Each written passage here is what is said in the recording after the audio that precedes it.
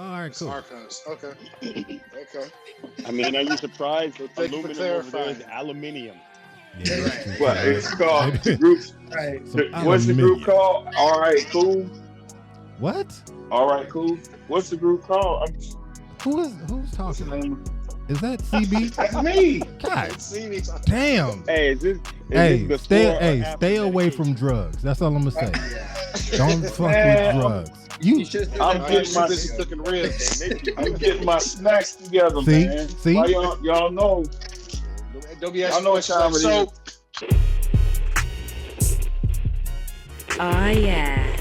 It's time once again for the podcast you know and love. All That Ish. With DJ Wick and the crew. Here they are, ready to talk about everything from political-ish, movie-ish, sports-ish, and even just plain crazy-ish. Enjoy All That Ish. All of it. Get it all. Every bit of it. Shit. Oh my God, it's too much of it. We got a lot to unpack up in here, and I don't know if y'all are ready for it. But that's funny. They never answered it, the question either. But we got some folks up in here. I am not alone. We're gonna get to our special guest in just a moment. But I do have to get into this. So let's go ahead and get into it, shall we?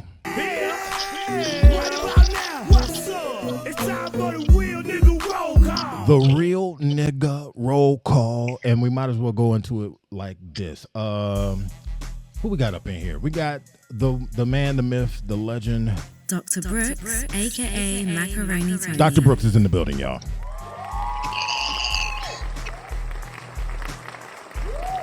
He has nothing to say, so we're gonna go ahead and continue on because I mean, what? I mean, you didn't say nothing, so hey, there's that. I said I called you all peasants.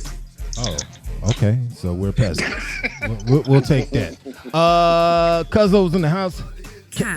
He's in the building, y'all. Give him some love. what up? Greetings from Seattle. I'm not a peasants. Cleveland isn't here, but we do have this guy. King Dino. King Dino's in the building, y'all. Greetings, knaves. God, y'all real frisky tonight, boy. Did I mention? I said Dr. Brooks. I said Kaz. I said Dino, but I didn't say this person. We got to stop the music because this is a wild one. Always. He's newly look. He is newly retired. There was no smut on my rap last time that I checked. Welcome, peace, love, and soul. CB is in the building. Glad to be in the number one more time. So glad you're here as well. Did I mention? Happy retirement, sir. But y'all can see that there's two other gentlemen on the screen as well. They're right there. You don't know if you can. They're right there, and they've come together a couple years back. They came together to be one of the most astounding acid jazz type duos that you will ever meet in your life. But we don't really know how to pronounce their name. They were on a British show not long ago, and they were called Arkose. And I think they whispered it just like that, but I don't know. How do you pronounce your name? Arkose. Period. See how simple that was? Bang! Arkose. And they did tell us that earlier, but I act like I forgot. Again, Just want to make sure we come correct. Again, stay away from drugs. That's all you got to do. Not to say I've partaken in any. I'm drinking water tonight. Hey, yeah. Fire water, right? No. Fire water. It is not on fire. It is not on fire. Who said anything about a gravity bong? I did not do that. Now, what? Stop it. All right, we're going to ask you a bunch of questions. We know that you guys are super busy. You just finished wrapping up a music video today that's going to be highlighting some of the goodness that's going to be on a upcoming album that you guys are putting together. But we know you're from Atlanta. You met in high school. What high school was that again? Hillgrove High School. See, you gotta give people an opportunity to shout out their high schools. I mean, look, I'm rocking Bethel stuff right now, just to be for real. So you met in high school. Tell the folks how that went briefly, because we got to get into this music that y'all are putting in. Y'all putting out some great music. I had dope music. Yo, let me just say this. They got the one, and it was just stuck in my head forever. I wanted to just go out somewhere with my wife. I wanted to buy her a drink, and I just kept calling her pretty. Like it was crazy. Some of y'all know what the hell I'm talking about. But anyway, so you met in high school. It was crazy how you met.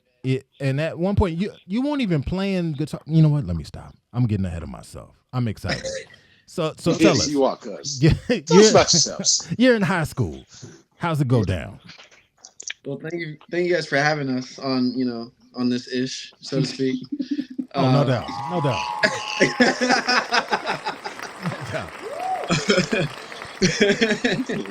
This ish. We own it.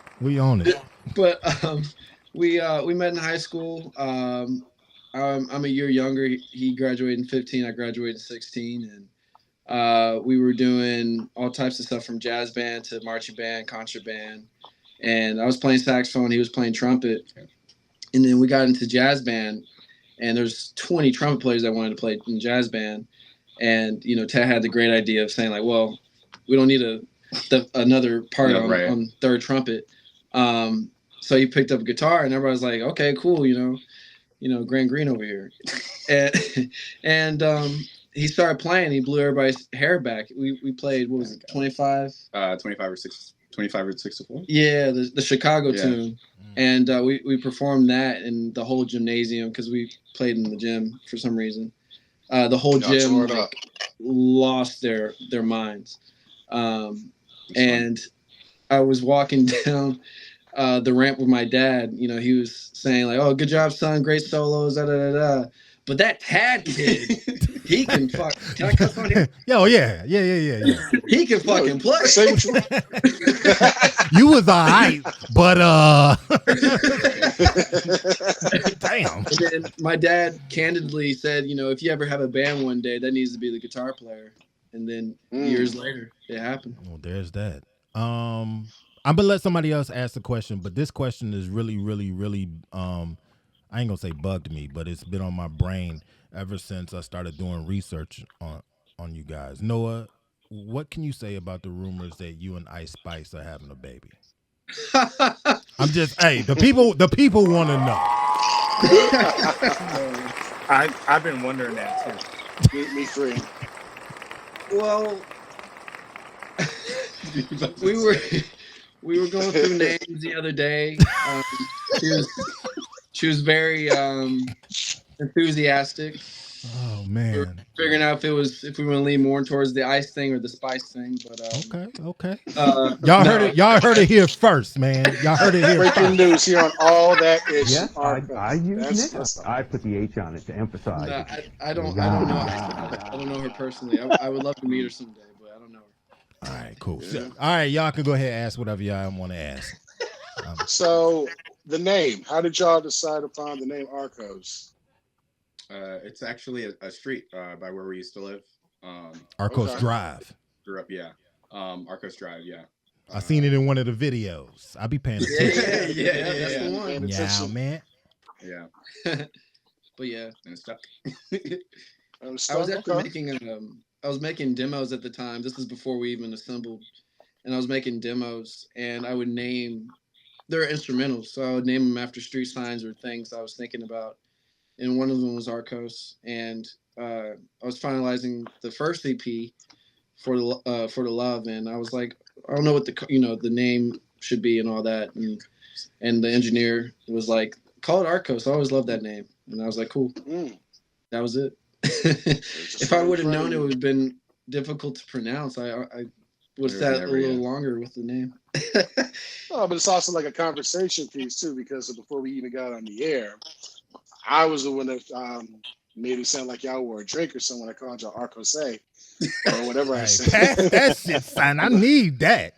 Pass me Exactly. some of that You know. Arkose, son. Sounds good. So does your music. Speaking of your music, y'all are dope. I was listening to y'all before we got on the air. That song, "Pretty Lady," that's a hit. I hope But like, how would you describe your sound to other people like that are not familiar with your at all? You know, like our new listeners that are going to go out and download your music. Huh. How would you describe your sound? Yeah. First of all, the song's "Pretty Girl." Pretty girl. Oh, and I What did he say? Pretty lady. Pretty lady. That's what he be calling him. Hey, pretty lady. I think Call we're my a wife generation- pretty lady all the time. Yeah. My apologies, pretty girl. You're good. Pretty girl. You're fine. Like I said, we classify the music that we make as acid jazz, which is just an easy way of kind of culminating all to make it plain, like black music. Got hip hop, funk, jazz, Right. So it's R&B. It's all wrapped up into pretty much every track. Like I said, pulls from all the genres. But how would I describe it? I don't know. Like a lot of our stuff's like really easy listening stuff for me that I always think about is me in the car driving somewhere. It's the kind of music that can, like, you're listening, you can actively listen to it, but it can fade to the background and you can think about things to it. Like you can jam, you can vibe out to it. But it's good for people told us it's good for studying. It's good to dance to. Like I said, it's multi-purpose, but definitely easy listening, groovy. Throw some solos in there. It's always fun. Might do a 16 over something. You never know. Like I said, it's a little bit of everything. Okay. No, thanks. So, Please jump in if I say something else, Tom. In other words, you make real music. Basically. Yes. I concur. Right. Music. we like that. Right. Which, real music, I mean, to classify it, there's really no need. You just make good music. Yeah. Thank you. That real shit. Hey, so question, gentlemen.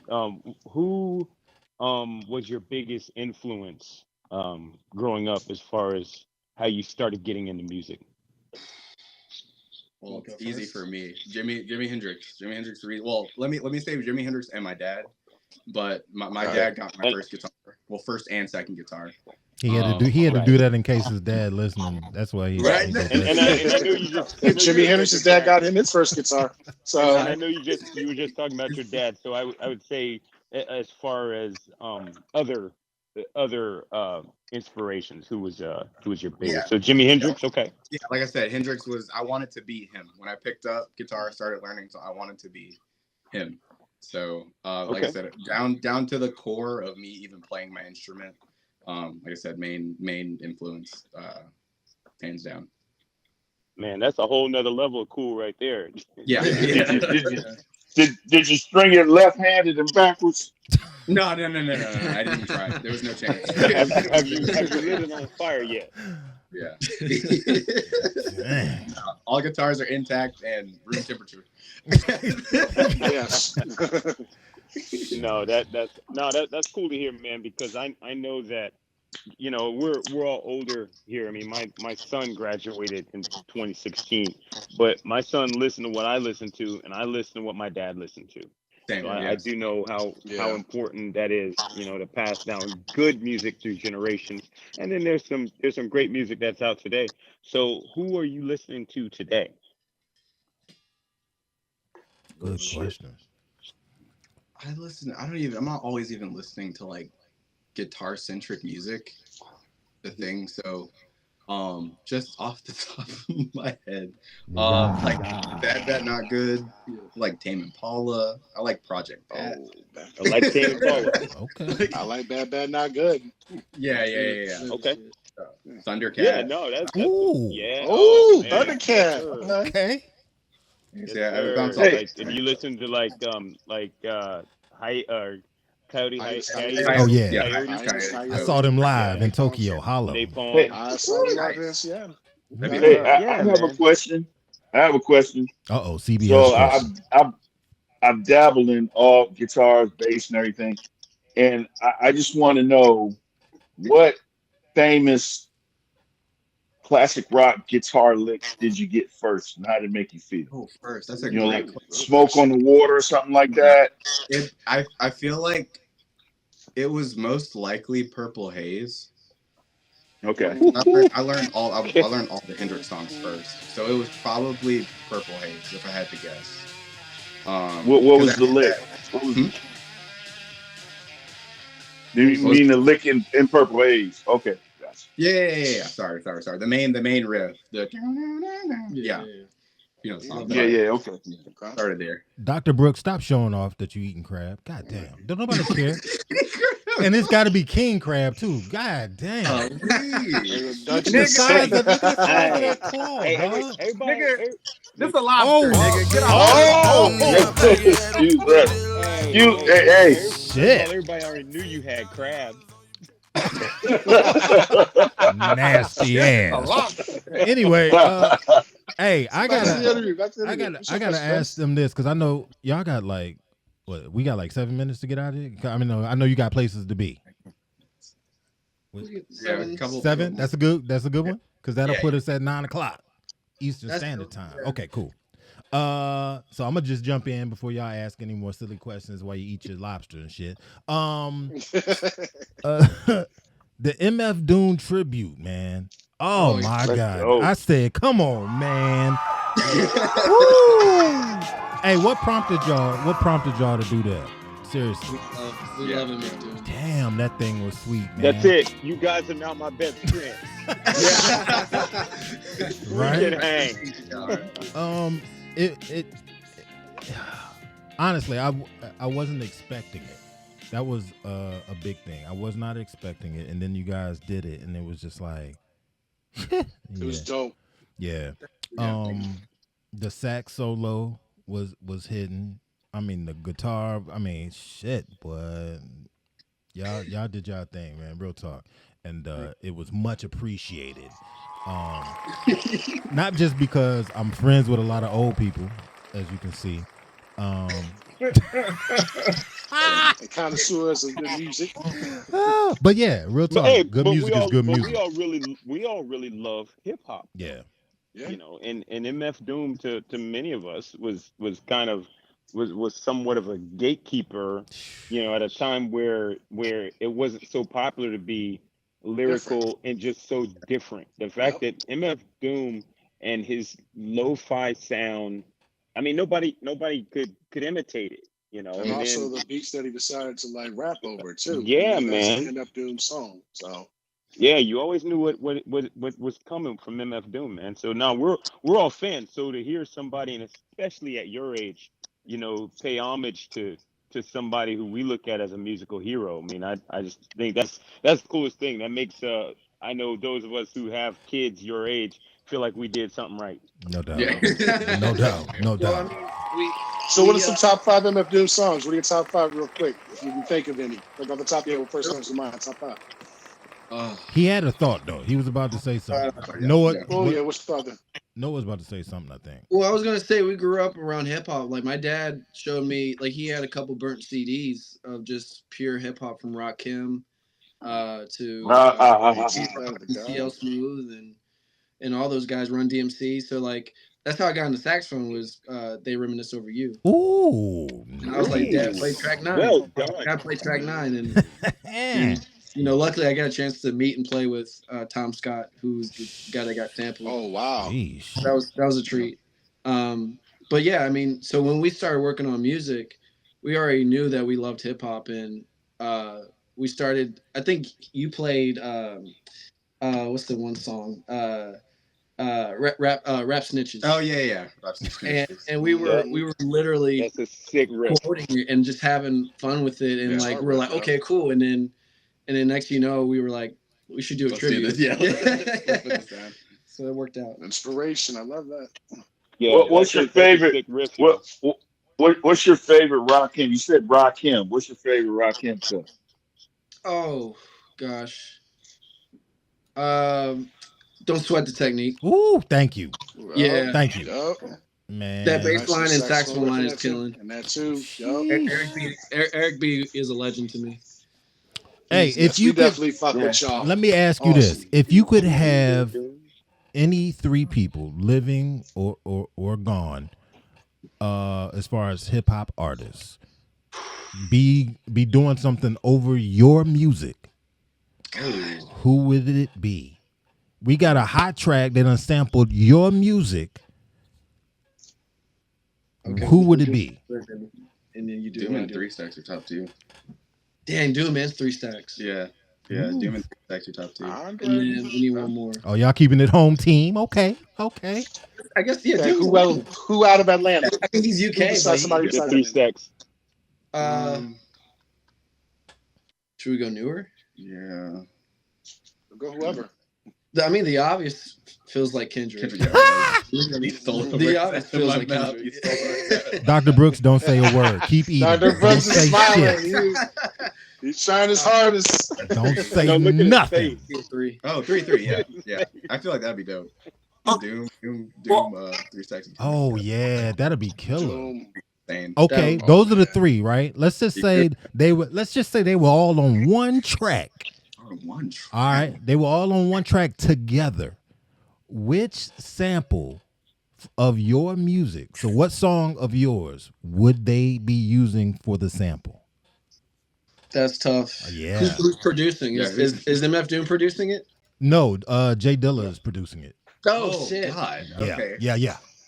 See how I did that? Yeah. All right. Think Far Side. Far Side. Okay. I know. Yeah. That's a great question. That's a really good question. That's a great question. Fucked them up with that one. Hey, I got a question. Okay. Dr. Brooks has spoken. He's done eating. Go ahead. Macaroni Tony. They call me Macaroni Tony. First of all, I appreciate you brothers being here. Thank you so much. Indeed. When you're coming up with your sound or a song or whatever's inspiring you, what is it that you want people to feel? I mean, I get that every song is different. Some songs that you're going for one thing, but what is it that you want to communicate to people? Because coming out of a place like Atlanta, Atlanta's trap music. Now, I'm smart enough to know Atlanta's not just trap music, but a lot of people think that right off the bat. What is it that that you want people to feel? Off the top of my head, I want people to feel like these guys are 26, 27 years old. But but it's nostalgic. I think that's the feeling, as like in a universal sense. I want people to feel like it's something that, a wide range of people, like a lot of my favorite bands, like Earth, Wind & Fire, Isley Brothers, that stuff still holds to this day. Hell yeah. And people, there's kids that are like 3 years old singing September, and they don't even know Earth, Wind & Fire like that. So that's the goal. But song to song, I would say, if it's R&B, we want, Pretty Girl. Like, this is a story, but I was on FaceTime with a girl. Like, she called me right before I start tracking piano. I had the drums pulled up, and I was like, hold on, let me finish this. So I played piano, and then walked away from the song. So when I came back, I was like, well, I got to sing about, a pretty girl. So it's like that's the emotion from that, and then like the house stuff or disco stuff, we want people to dance. The sad stuff, obviously, we want people to feel that. So I don't know. I mean, that's what you think. Yeah, I was trying not to be inappropriate. Yeah, inappropriate. Depending on the subject matter of the song, we want people to dance. We want people to make love to the song. We want people to get to the end of the song. Right. No, that. God. Y'all some freaks. Is that what worry about it, bitch? I know somebody like it. Y'all trying to get me to make another baby? No. You know how many kids I got? I got 5 kids. God. That's how many we know of. Right. Some of them might be in Atlanta. That I know of. Hey, no, I think we all have an appreciation for that, gentlemen. So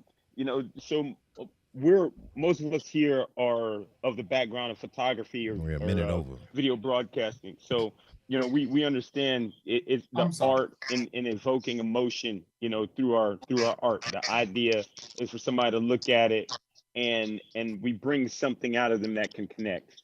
So that's you know, I have a lot of respect for the fact that you guys are true to how you feel with your music. A lot of people just come on and I just want to, you know, make money, or I just want to, you know, people to shake their ass, and that's it.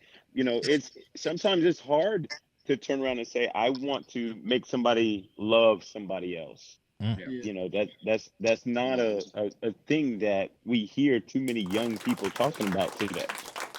So well done, gentlemen. Keep that up.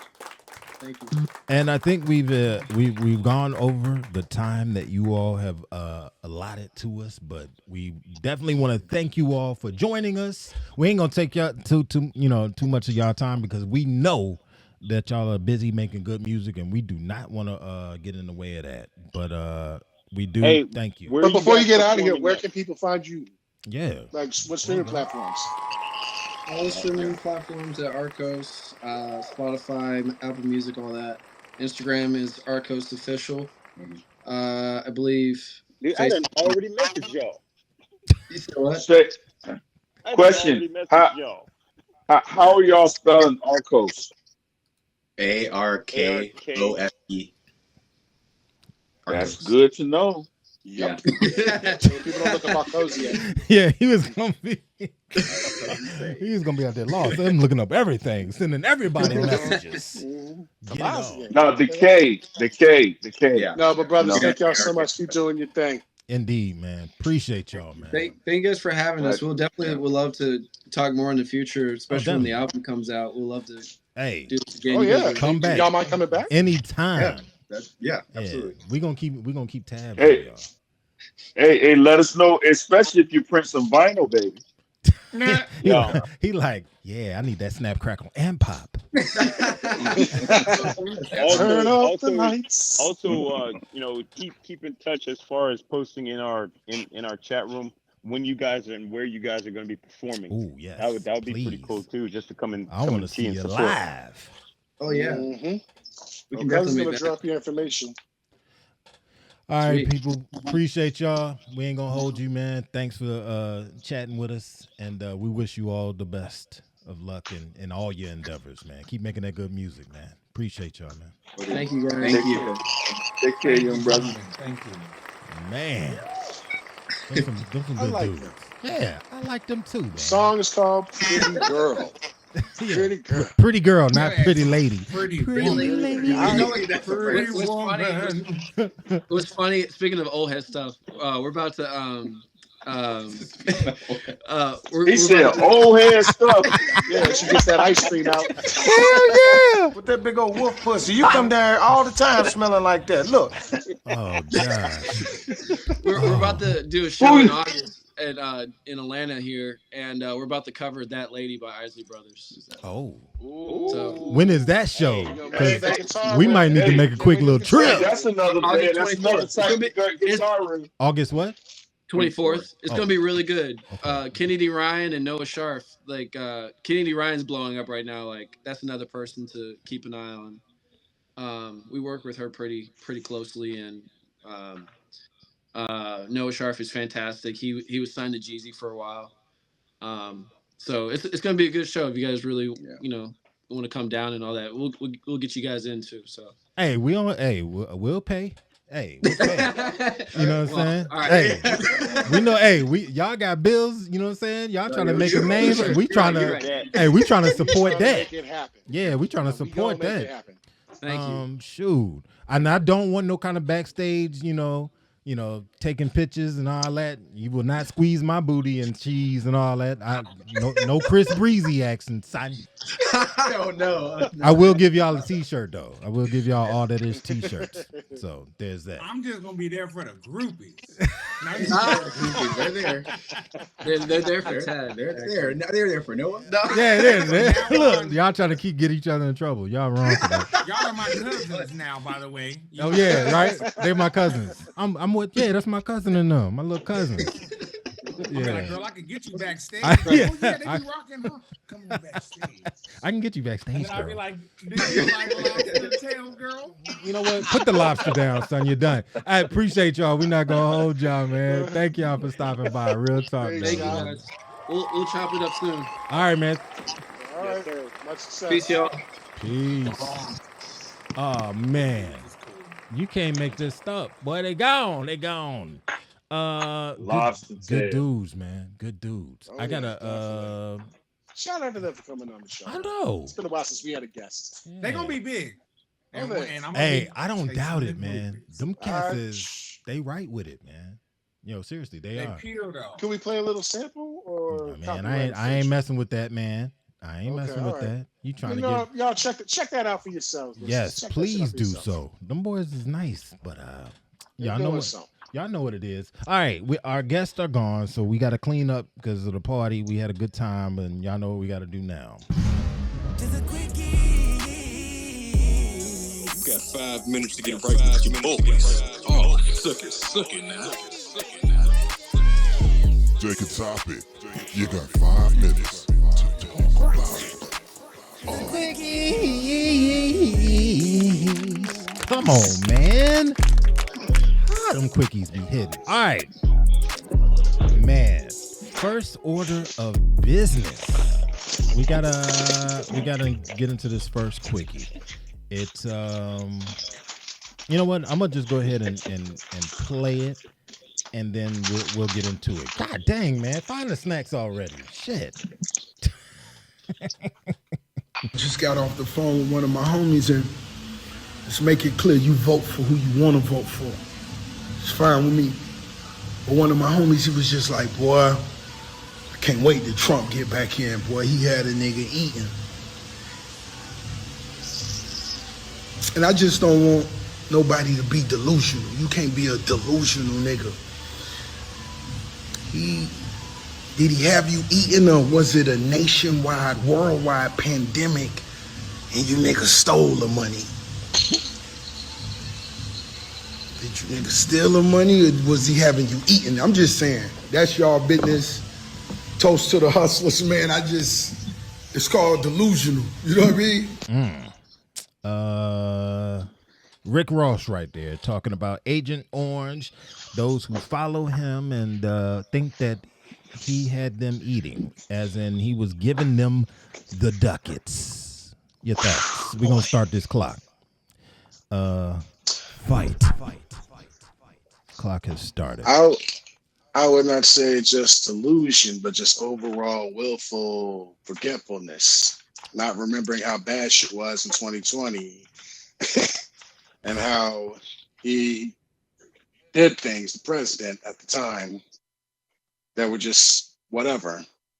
But because you got a check, you were eating and had things good. And not realizing the only way that you're going to be, quote unquote, eating again is if he fucks up again and has to issue that and just forget how miserable things are. But I'm sure y'all want to jump in. But that's just one part of my take. Before y'all jump in this, let me say this. Slaves were eating too. I'm just a point of order. That's all I'm gonna say. They were eating food, but they were still slaves. But anyway, hey, let me get in here. Look. I hate doing this, but I'm gonna do it. I hate touting myself, but I'm a fucking poli-sci major. Okay, so I study political science like a motherfucker, and I can tell you, with each president, usually their first 2 years can be attributed to the predecessor. And then during the next 2 years, because it's a 4-year term, their shit starts to kick in. Yep. And then let's say they only did 1 term, then the next 2 years of the next guy actually are part of the previous guy's pile of shit. Okay? Or maybe not pile of shit, maybe it's a good, a feast. Trump left a mess for Biden to clean up. Obama left a feast for Trump. Bush left a mess for Obama to clean up. Okay, Clinton left a feast for Bush. I'm not doing this to say Democrat, Republican. I'm just telling you the person who was in office and what it meant. We all have military experience, and to our listeners out there, a lot of us served in the military during 9/11 and well before. And I can tell you just from being in the Air Force, we were so fucked once Bush 2, once his policies kicked in, we were fucked. Matter of fact, there's probably a military base that used to be near you that closed because there was no money. There probably, when I came into the Air Force in the 90s, we were like 750,000 people. When I left, we were like 300,000, and I believe we're around 250 now. If you think about that, I know we got military industrial complex, but if you think about that in terms of jobs, that's 500,000 jobs gone, just gone. Now, fast forward to today, Biden had to clean up Trump's mess because Trump killed a lot of those agencies that monitor pandemics and shit worldwide that were alive well before him. He killed them, or he put his little crony homies in. The same way Bush put his crony homies in charge of not FIFA, that's the soccer people, of FEMA. When the hurricane FEMA. My bad. You're fine. I'm a sports head, so sports be taking over my shit sometimes. But the whole point I'm making is for people to think that one guy did something and another guy did something, they got their P's and Q's mixed the fuck up. They don't understand the game. And it's really sad because you could vote a motherfucker in that fucks your life up and you don't even realize it, because when your grandma dies because she didn't have no health care, that's where you get hit. Anyway, go ahead, man. Y'all say something before I lose my shit. Yeah, save it for the next round. Nah, he doing it. Then we can lose that shit. He's doing great. And Dr. Brooks, don't ever apologize. You know what the fuck you're talking about. No, but motherfuckers don't understand that. And it's not just your vote for president. If we just look at the way Trump changed the Supreme Court, they didn't already told this motherfucker he can be immune from anything. Any damn thing. Even flying staged bullets. So, I'm just saying. Damn. They call me Macaroni Tony. I'm just saying. That's what they call me. 4, 3, 2, 1, 0. Oh man. I'm sorry. Hey, I just lose my shit. Hey, don't be sorry, man. And I think, with all that being said, it's not only that. Look, we know that people don't know, but we also know that people are very quick to exercise their willful ignorance. Yep. Because something benefits them, and you know what? Look, I'm very fortunate in what I get to do for a living. I'm fortunate because there's not really a lot. My job doesn't so much depend on the economy, because the people who are purchasing our services typically have everything they need. And I'm fortunate, and I will never take that for granted. To be a small business owner, there's not a lot of people who can say that. But I also know that didn't have, like, people talking about what Trump did and I'm eating because of. Man, I did just the same when he was in. I'm doing just the same when he's out. The reality is I look at the things that don't necessarily affect me directly. See, nobody wants to talk about what affects them or what doesn't affect them directly. What affects my neighbor? What affects my friends? What affects my kids' future? We don't talk about things like that. And looking into education, future, we're gonna have Social Security. right. Exactly. What are my kids going to be educated properly? Because I can't afford to send them to these private schools that cost more than college. Right. With their fucking vouchers and whatnot. Absolutely. So, these are the things that we have to pay attention to. And I also say to that, you also got to look at your local elections. We talk about that all the time here. That's something that more people have got to understand. All right, this is going on with the presidency. This is what's going on, with the national, gosh, I'm at a loss for words. But what's going on with our local politics? Pay attention. Look, man, look. Look, and I just got a bullshit ass text message from Biden from Biden's campaign. while we was doing this. I hate them things. I fucking hate them things. Just leave me the fuck alone. Let me choose who I'm gonna vote for. I be seeing a lot of Trump support, and I'm not telling any listener who to vote for or who not to vote for. Okay, I want to make that perfectly clear. What I am saying is just understand what you're voting for. That part. Now, I have seen a lot, and I've heard Trump say, under God, and God's on the money. This God. Do you know what the motherfucking First Amendment is? The First Amendment is that Congress shall make no law respecting an establishment of religion or prohibiting the free exercise thereof. Freedom of motherfucking religion. That's the First fucking Amendment. So when a dude comes along and he's running based off of opposing the First Amendment of the country he want to take over, motherfuckers don't know what they're looking for. And you know what? When I get frustrated, I just start cussing. So we noticed. Yes, we noticed. So I do want to apologize for my language. But it doesn't change the fact that you cannot have people that want to be in charge of a country and oppose the ideals that created the country. That's what he's doing, though. That's what he got going on. Simple. Well, we're going to come back to him, aren't we, in a bit? Oh, yeah, we definitely coming back to that whole thing. Yeah. What else we got real quick? Oh, I didn't know we were coming back. My bad. No. You got plenty of ammunition. In the topics. Sure we're gonna be getting into this because there was an announcement made just this very morning, at least at the time of this recording. So with that said, we're gonna go on to this next one. I'm gonna play something and then we'll start the clock. Let's take us for people who are not familiar with the story. You're on a flight.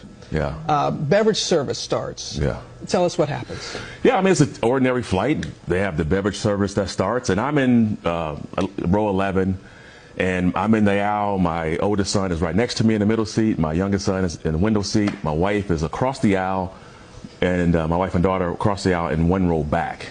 And so it's a typical flight, nothing out of the ordinary. Beverage service starts, and the gentleman pulls up, and I'm reading a magazine. My kids are playing with their iPads, so I heard him ask, like, what do you want, like, beverage, what do you want? And they were busy playing with the iPad, so they didn't respond. And I remember the tone got a little bit more aggressive. And I was thinking, man, that was kind of rude for him to ask my kids like that. So they got startled. They ordered their drinks. And I remember this, he puts the drinks down on the tray, but with force. Like he just kind of slams them down. They say, thank you. He doesn't say anything. So I was like, all right, whatever. So he asked me my order. I give him my order. Again, kind of slams the drink down. And again, I'm thinking, well, what is going on with this guy? But whatever. As he gives me my drink, he starts to move the cart. And my son says, excuse me, might I have some ice? And he obviously didn't hear my son ask for ice. So he moved the cart probably past my seat. And so my hand was up like, excuse me. And then I finally said, excuse me, can I get some ice? I just tapped him on the shoulder.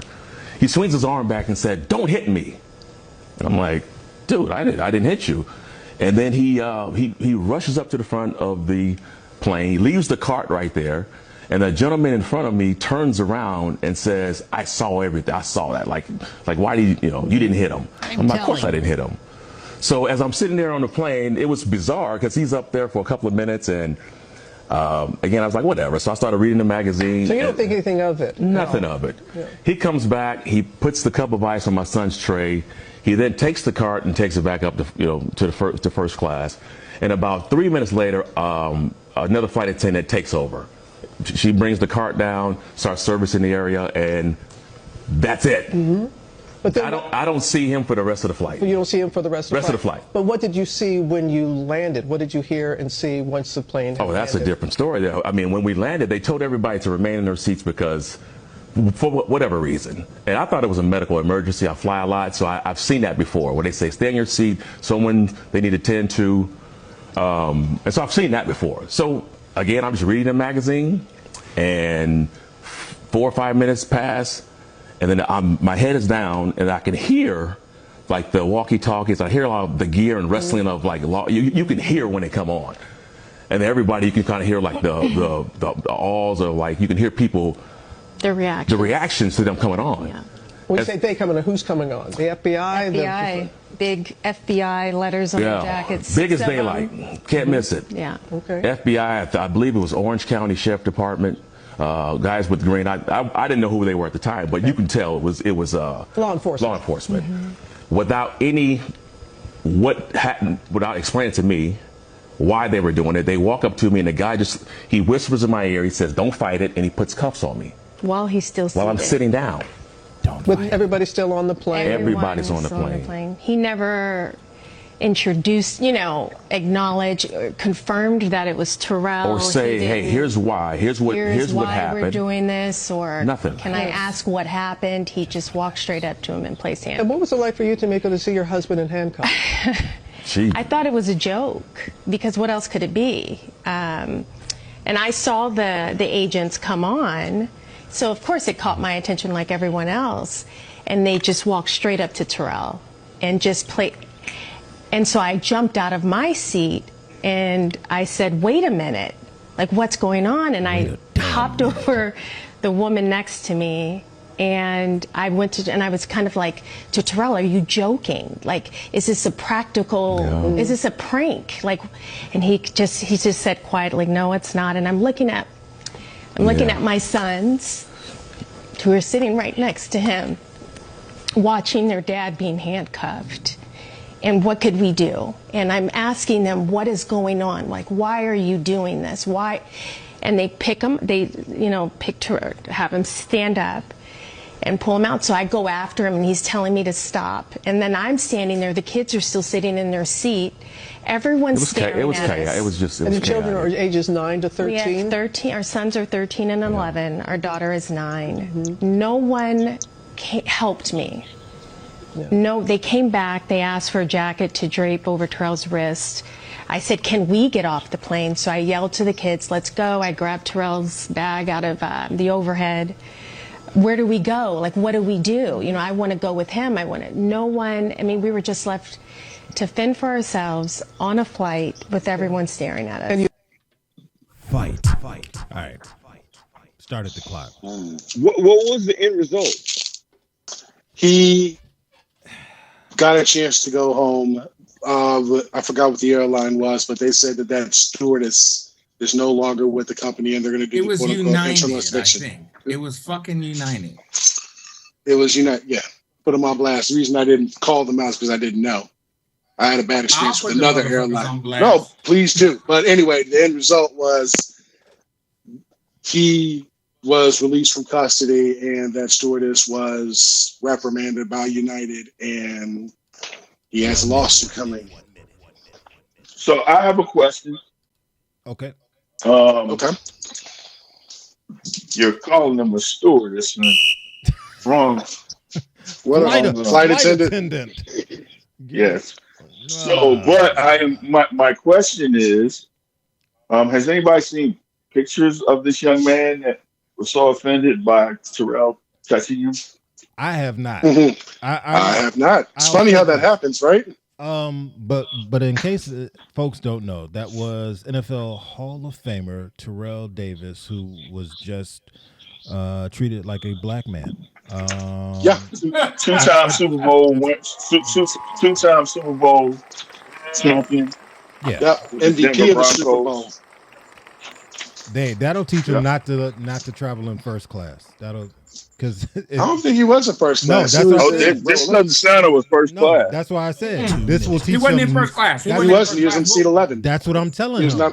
Yeah. That'll teach him not to fly in first class. He should have been in first class.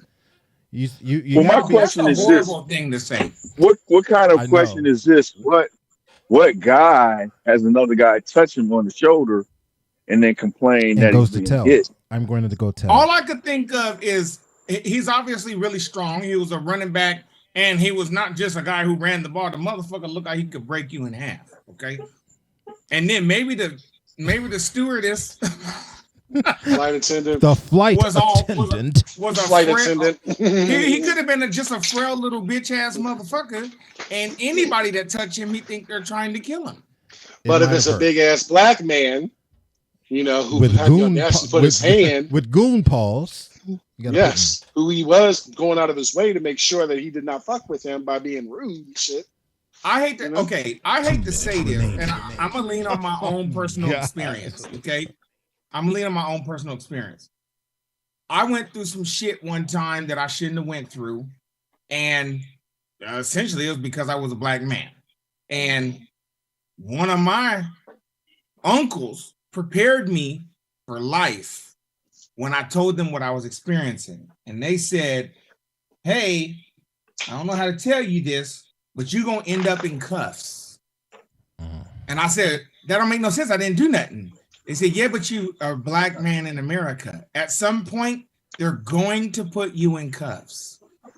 And even no matter if you act like a square or not.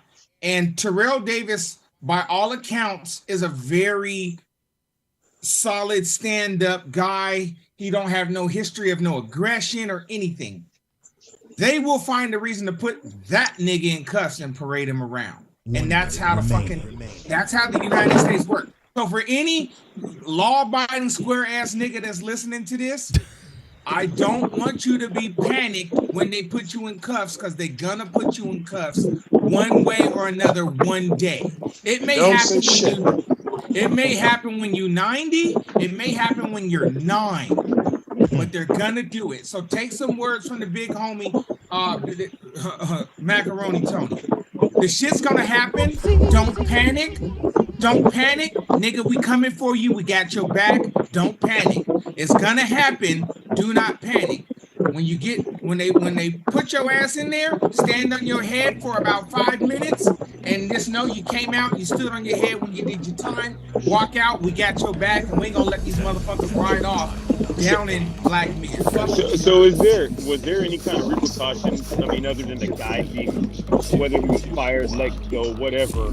What else happened? I mean, there's got to be more than that. You know, there's United apologized, but I hope he sues the fucking dog shit out of him.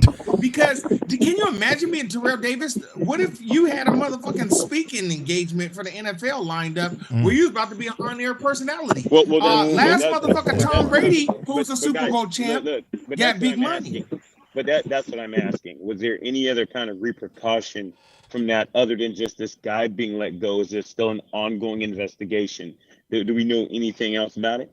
This happened like 4 or 5 days ago, so I believe it's just ongoing. But that's what we know so far. Gotcha. I'll tell you what the repercussion is: sensitivity counseling. No, he's not joking. He's not joking. That's how they be doing it. Yeah.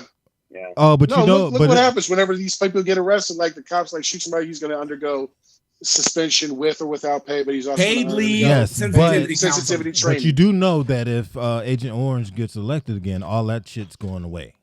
There won't be. You're just going to get blasted and get immunity. Yeah, that prevent that is going away. Well, there will be none of that sensitivity training crap either. So all that, because that's woke. That woke shit. That's what that is. We don't even say that shit anymore. CB, you wanted to say something. I think you're muted. Because your mic was doing the very most. You gotta unmute yourself. I didn't mute myself. God damn it! Y'all ain't gonna start the same shit y'all did with no fucking around 4.5 of ribs and a ham of fucking ice cream. You know what? I don't want to hear none of that because I didn't get no ribs. So why you sound like you're somebody saying? You dare mention ribs up here?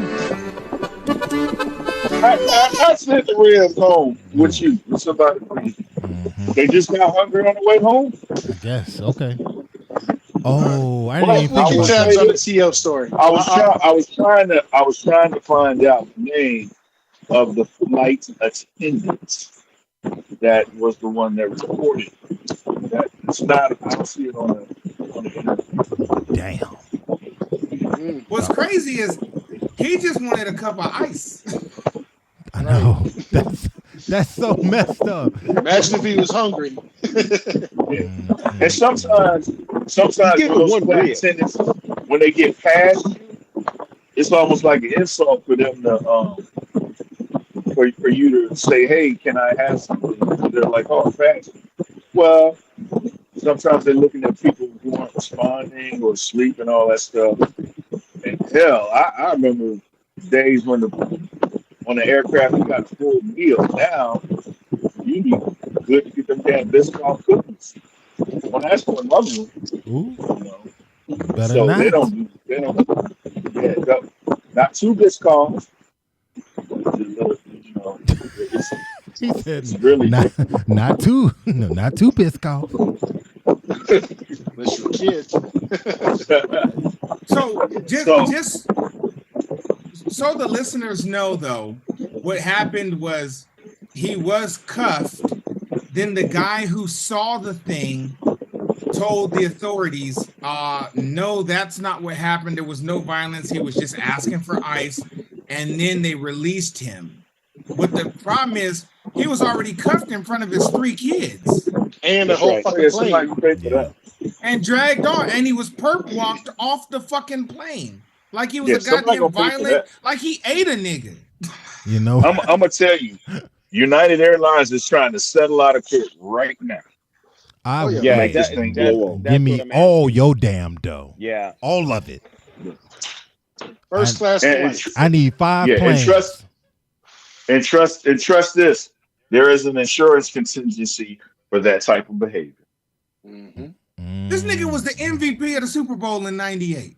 And you know, people are like, that's Terrell Davis. That's Terrell Davis. They did back-to-back Super Bowls.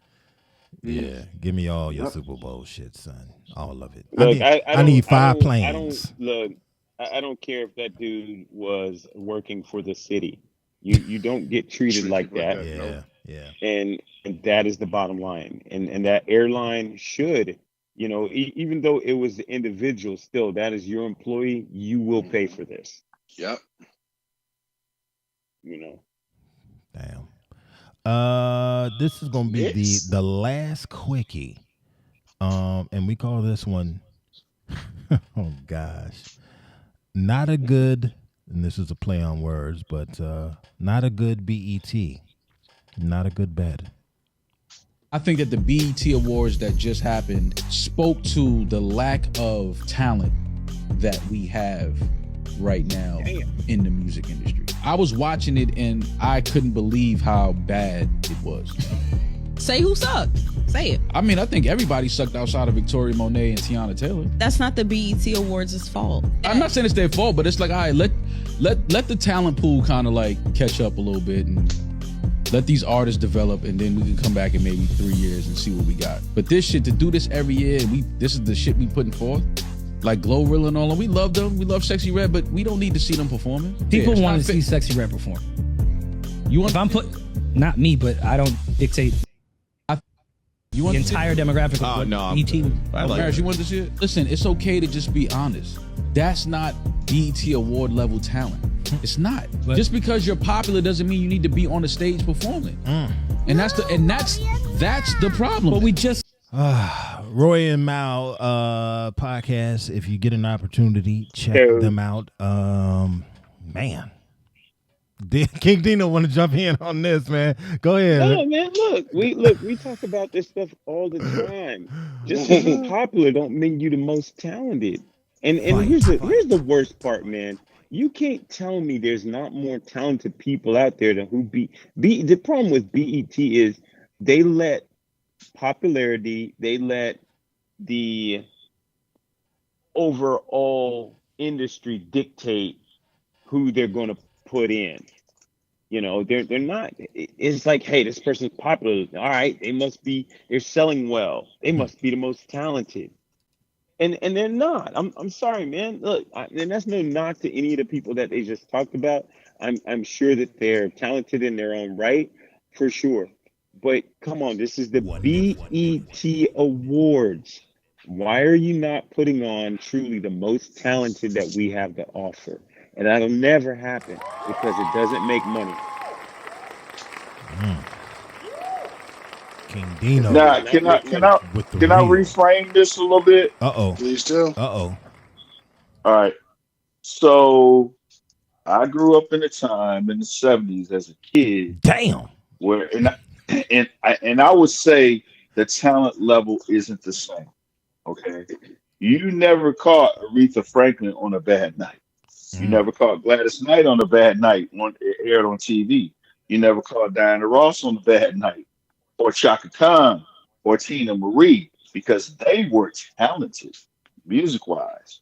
Okay, what we produce, and I don't want to say them all, what we produce is a whole lot of artists that have catchy tunes and catchy songs. All right, but they sell their records on performance. Look, I mean, you just said it yeah, though, but, and but I mean performance where they don't have to get. A lot of times they're singing or they're lip syncing the tracks. You never caught no Aretha look, Franklin on no Soul Train lip syncing. look, but something you just said, and I have to disagree with you. There are talented people out there. They're Now I didn't very say there very, wasn't. but the level of talent is out there. You're not going to know who they are because they're not they're not the total package. They don't make or money. they don't But make who's money. but who's performing? Those folks that have real live, energetic stage shows. Yeah, I mean, I Alicia Keys, her, they sit down at a piano or a guitar and they cut it up. But all this jumping around and everything, it's make sure you hit your mark, get your moves, and it's a Dude, catchy tune. The But if I people who are want to listen, performing are the people who's on the radio. Those are the people. I didn't say that. I said catchy tunes.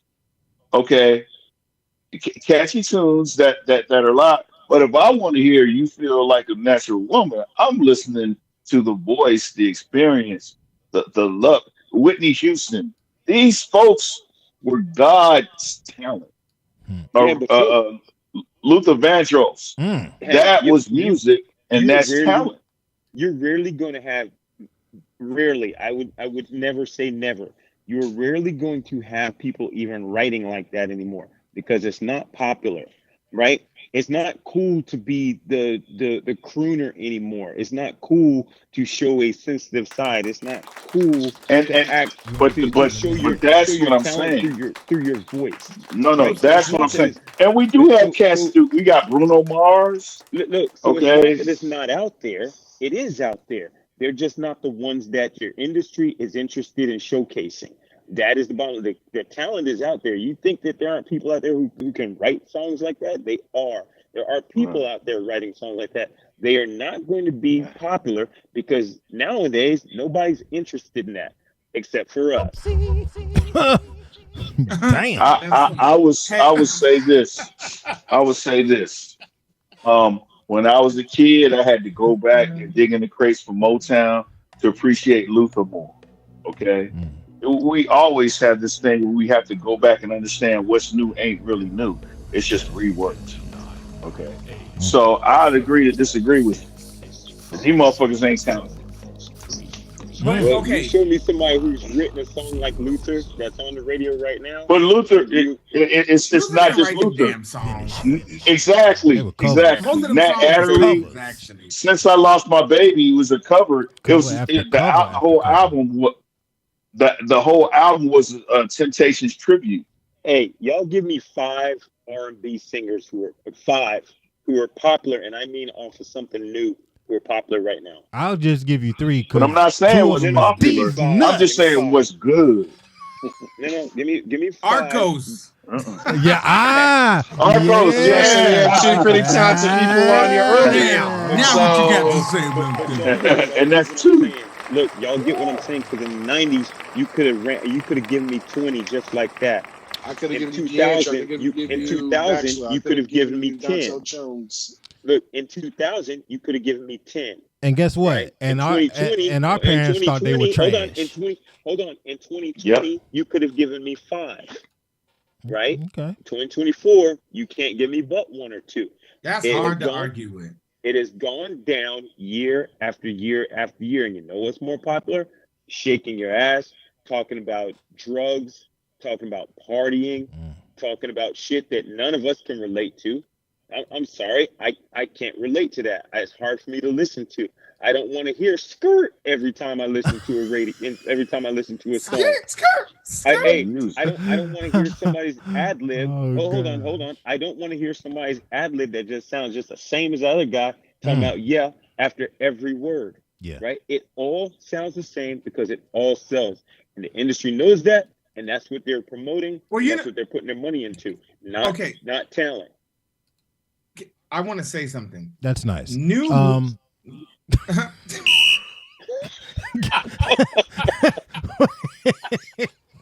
What the fuck? That's just disrespectful. Then I fuck you up. You better see. Well, wait a minute. God damn it. I'm not doing it. No, go I don't even know ahead. why I keep doing this damn Hey, show. Dr. Bill, Nobody's listening to me. Whatever you were gonna say, call me directly, because that was a whole nother level of disrespect.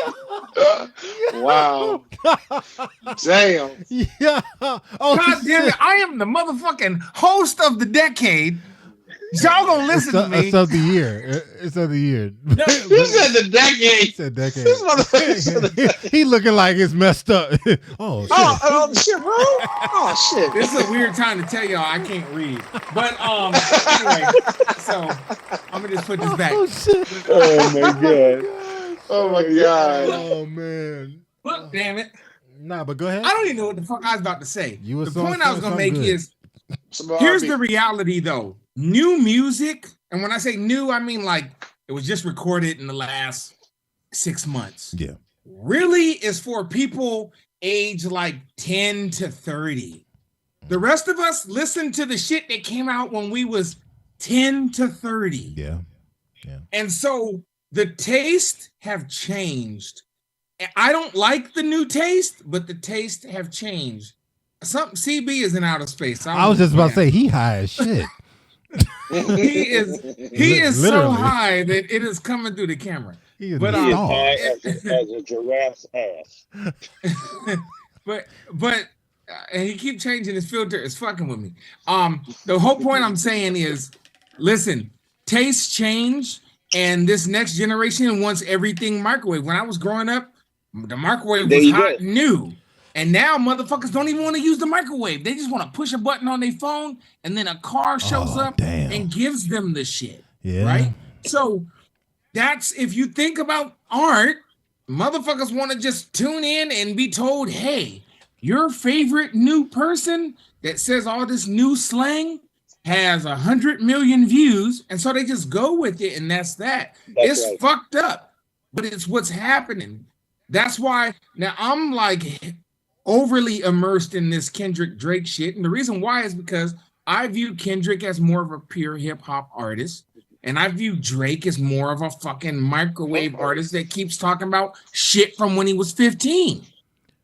I can't dig it, but the next gen can. And so a BET or MTV or the Grammys, they all have to say, do we court the younger people and put this bullshit on they want to see? Or do we put on good stuff? And that's the damn dilemma. That's nobody has the answer to that. I knew the moment Kendrick and Drake tangled, Kendrick is a real MC from my era. Drake is a nigga that's spitting written shit from little kids. So he's gonna get whooped head to head. But that still don't matter because motherfuckers still gonna rock with Drake because they want to push a button on their phone and have something. They don't even want to call Domino's up and ask. What They gotta. the I gotta special talk is. to somebody. Hey, y'all remember the group illegal MCs? Yeah. No.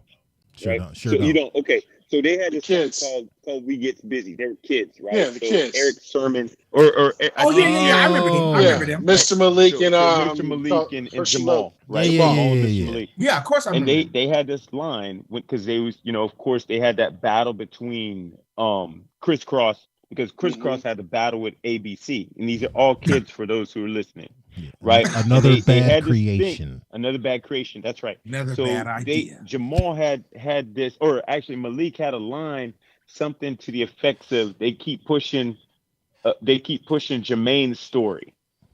Right? Jermaine Dupri was writing everything, and they're talking about all this stuff, but that's Jermaine's story. Well, that's what today's artists are, right? Everybody ain't some street dude, but if you don't push that, you're not going to be popular. If you don't push that narrative of being a street dude, because that's what's popular. How many battle raps have y'all heard in the last 10 years that have absolutely no gun bars in them? Right? Have no gun bars in them, right? There's not many. And we're talking about battle rappers, guys who can legit rap Yeah. But they gotta have. But if you don't have these gum bars, you're not gonna hold up to the Yeah, standard. it's basically drill rap, is what you're saying. It's becoming drill rap. That's They right. tell It's you more- how they're gonna murder you. That's 48 different ways of guns they've never touched in their lives. And not only they that, only but they're- seen them on a but fucking not modern only that, warfare video look, game. Not only that, but they're not going to do it. You ain't gonna do shit. But they're not going to do it. You don't have too many King Vons out there who are just, they're not going to do it, right? So you got rappers. Let's take a good, like a good, no kidding rapper. You guys know, I'm going to mention him on here. Y'all know who Shad is? SHAD. Yeah, I heard him. Yeah. So if you look up Shad, he is a good rapper. He did some stuff with J Period. That's how I heard of him. He's a good rapper. He's Canadian, and he doesn't talk about things he don't know about. He's extremely intelligent. I think he has like a double master's degree. You hear how intelligent he is. He will never be popular. I don't disagree. Because he refuses to throw out the things that these kids nowadays are talking about.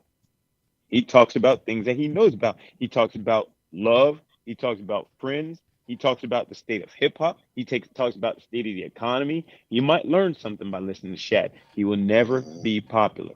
He's seasoned chill looking at his bio. He was born in 82, so he has some wisdom. Yeah, he got a little touch of some things. Yeah, which is great, We could probably talk. We could talk about this all night because it's hip hop. Well, we got some more, and we love hip hop. But I mean, we love hip hop. It's supposed to be a quickie.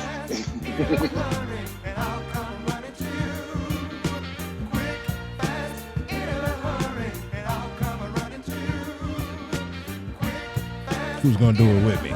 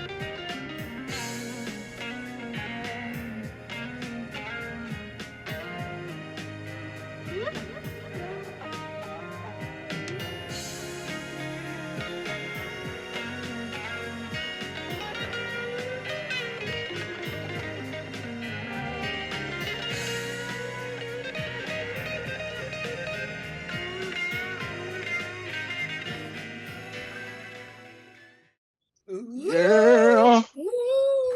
All right. And was that a singer from the original? We're back. Okay, I'm done. All right, we're back. Can we say longest that? We can quickie say ever. that now, right? We can say that. Yes, we can. I'm getting counseling. Are you? Oh, interesting. I didn't know you were, but this first story, it's we alluded to it earlier because it happened this morning, at least at the time of this recording. Joe Biden has stepped down, so we call this one him taking a knee. Check it out. New this morning, some have called on President Joe Biden to step down as the Democratic presidential nominee. 10 News reporter Keisha Lynn spoke with several lawmakers about what they think. Again, a question that's been at top of mind for everybody. Yes, it has, Daphne. President Biden's age is a continuing concern for many voters. This includes his poor debate performance. I reached out to local lawmakers to see if they think he should step down. I sat down with Roanoke City Council member Trish White-Boyd. She says he had a bad night during the debate. Think that we need to step back and look at his actual record and actually look at what his plans are moving forward for this country, and take a look at Trump's plans and see the contrast and let the voters decide in November. I think given this time of where we are, I still believe in him. I think he should stay in the race. Roanoke City Mayor Sherman Lee is also a delegate at the Democratic National Convention this year. I asked both how they feel about the Trump shooting as well. White-Boyd says it was alarming and she was saddened by it. She lying. She wasn't saddened by it at all. She was.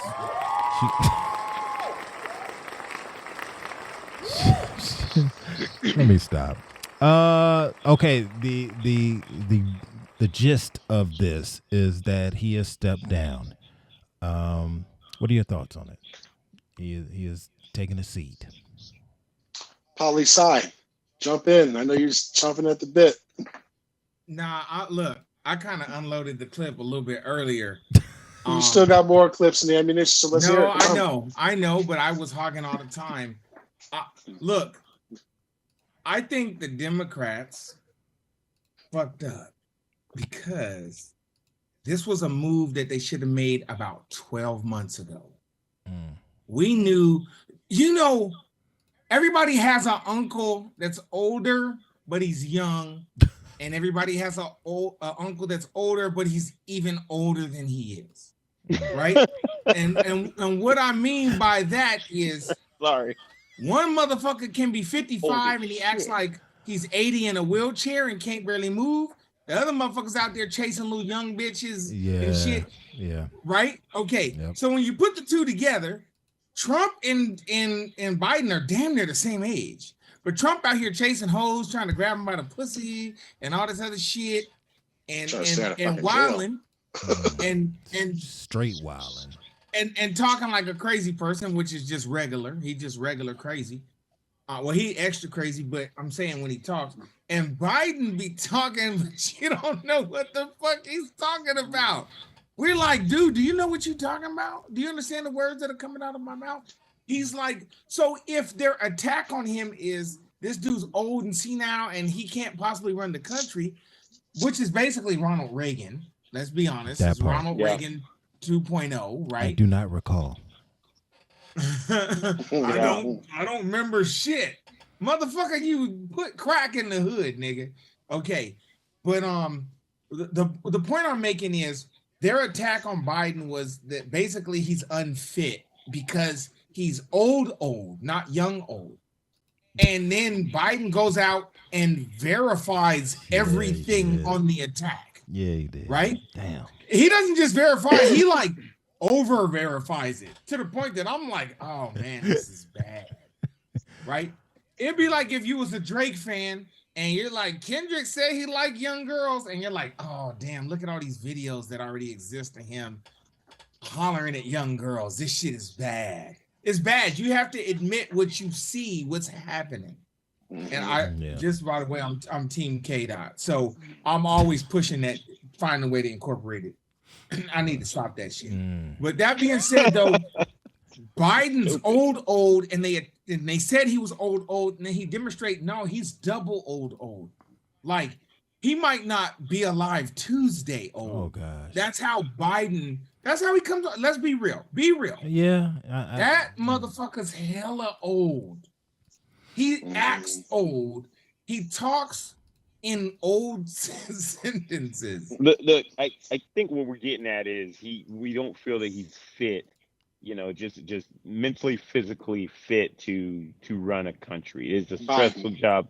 It's a stressful job, but and I have no idea why people think that the orange clown is any more fit. But I'm glad that I think it's right for the party. I mean, there's just it is what it is, man, and you got to say it. He's just, if you can't keep it together during a debate, what are you going to do when real world hits? And the debate was just so tailored fucking for him. Go ahead, Dino. I'm gonna jump in. But go ahead. And I get it. You can have a bad night, but still, that was a very, very bad night, and it's happened more than that. And it's like you gotta know when to hang it up, man, and it's okay. You did what you could. You did what you did. It's okay. Don't hold on just for the sake of holding on. Move on. There's plenty of other people who are fit to take that position. But to Nick's point, they knew they should have had a contingency for this 12 months ago, or even like while he was serving like in his third term. Well, as the job starts to tax, and that you saw how Obama's hair just went instantly white. His 8 years, You're not just worried about the United States. You're also, the world is looking at us, in terms of fitness to lead. And that debate was just so tailor-made for him. There was no studio audience. There was a time limit. There was mute buttons. The shit was at 9:00 at night, though. Come on, man. It wasn't not, but no. But that man needed his rest. But you also got to keep in mind it was at 6:00 here for us West Coast people. Those people are at work. And anyway, long story short, it's tailor-made. I would have been like, and fuck he just all kept y'all. on, and he just kept on repeating his bullshit, the lies, the election was stolen. Just talk louder over him. He just could not keep up with that. And I'm sure that his Democratic handlers and everybody in the party was just looking at it like, oh my God. This is nothing new. Like, I'm sure that during that debate, there were definitely some very, very loud whispers about President Biden's fitness, and people just refused to look at his record. Nick alluded to this. No, he didn't allude. He actually just spoke some facts. He inherited a fucking shitstorm. All the quote unquote good shit that Trump did during his presidency was from Obama. I can't think of anything, and I talk to people that are Trump supporters. What is one of his policies that you can think of off the top of your head that he did for the country? No? He built a wall? Okay. You have more money in your pocket, even though you have a job that is not a corporate one? Okay. Your health care? High-ass tariffs? Oh, inflation was starting to already go up anyway. So it was time. I would have voted blue regardless, but you have some people that are quote-unquote undecided. And if you're fucking undecided and you're going to vote for somebody that's a convicted felon, that's your issue. So I think for optics, it was the right thing to do. Not everybody's going to be like us and vote blue. Vote with common sense. You're going to vote for the BET Awards. Ooh. Oh, gosh. Hey, no, you well did. said. Yeah, you did. Yes, you did. I feel like the United States is devolving. Like, for a long time, we evolved, and now we're devolving. We're going backwards. And you're right. I honestly don't understand it, but there's other shit. I mean, aliens, do they exist? I don't know. I mean, there's other shit I don't understand too. Nick, but you do understand it. You just said it because it was a great analogy to what you were just talking about hip hop. Some people want the microwave. They want the microwave, right? They just want to press a button and things show up. We've lost a lot of things. We've lost a lot of things like work ethic. We've lost a lot of things like community. There's a lot that we've lost. We basically look at the movie, and it's a comedy, and a lot of people won't get it until you watch it. But I know what movie you're gonna say. That is the movie I was gonna say. Yep. Watch Idiocracy. That's exactly where we are. We are dumber and dumber, and it's okay for the people who want to be in power. the dumber the people are, the longer you stay in power, the more idiotic shit you can come up with, making yourself immune to the law. I mean, come on, man. Mm-hmm. We've But that basically scares become the shit out of idiotic. me because we're already partway there. We all wear Crocs. Oh You my know- God! Don't do that. On Do you sports know- mode, son. Do you know that in that movie, Golly. they, I don't know if this is true or not, but I read it somewhere and I believe it to be true. The producers of that film said they wanted some sort of stupid footwear that they thought everybody in the future would be wearing, and it's stupid. And that footwear was Crocs. Damn. Yep. That's why I hear Crocs really picked up like their endorsement and shit. And now, I mean, even I wear Crocs. I'm not wearing no So- damn Crocs. Yeah, I no wear sir. Crocs. I wear Crocs, Awesome. nigga. Fuck that. I'm Nah. wearing them shit. Fuck it. And when the shit goes down, I put them in sport mode. You understand me? It's too late. If you gotta sit there and put them bitches Things in to the sport back. mode, it's already too late for you, bro. I'm down the road. I'm out. My shit is laced up. Gone, son. You got. They eating you like you was eating that lobster, son. It was I Look, got 'em on them a zombies BOGO, got so you, am I son. really losing? Yeah, Am I you- really losing if I got them on a BOGO? Oh, son. Yeah. Yeah, you still losing, bro. You still losing. No, but we get it, man. I mean, that's like, look, that's where the society, is looking at, and the problem is that, look, to his fan base who are underserved, they don't even realize they're underserved. They look at it as, well, he likes money, we like money, we must have something in common. Well, he likes money, you like money, but he's got money and he's giving you promises that you will. But ask West Virginia what happened with coal mining. All the promises. I mean, you ask people who he's broken these promises while running for president, became president, and then forgot all about him. Ask those people what they think, because that's the same thing that's going to happen to you. You're underserved. He only needs your vote. He already told you that. He only cares about your vote. Now he needs that money too for them legal fees, releasing them Trump T100s. That's Oh it. gosh. That's it. So terrible. Hey, Oh, did you know they came out with another pair? Yeah, I saw that crap. Ask Drippy White Giuliani, how much support he's getting from him right now. Oh, Drippy White. Did you just How is here? Drippy White? We've That's a been- dope ass rap We've name. been calling him Drippy White, man. That man.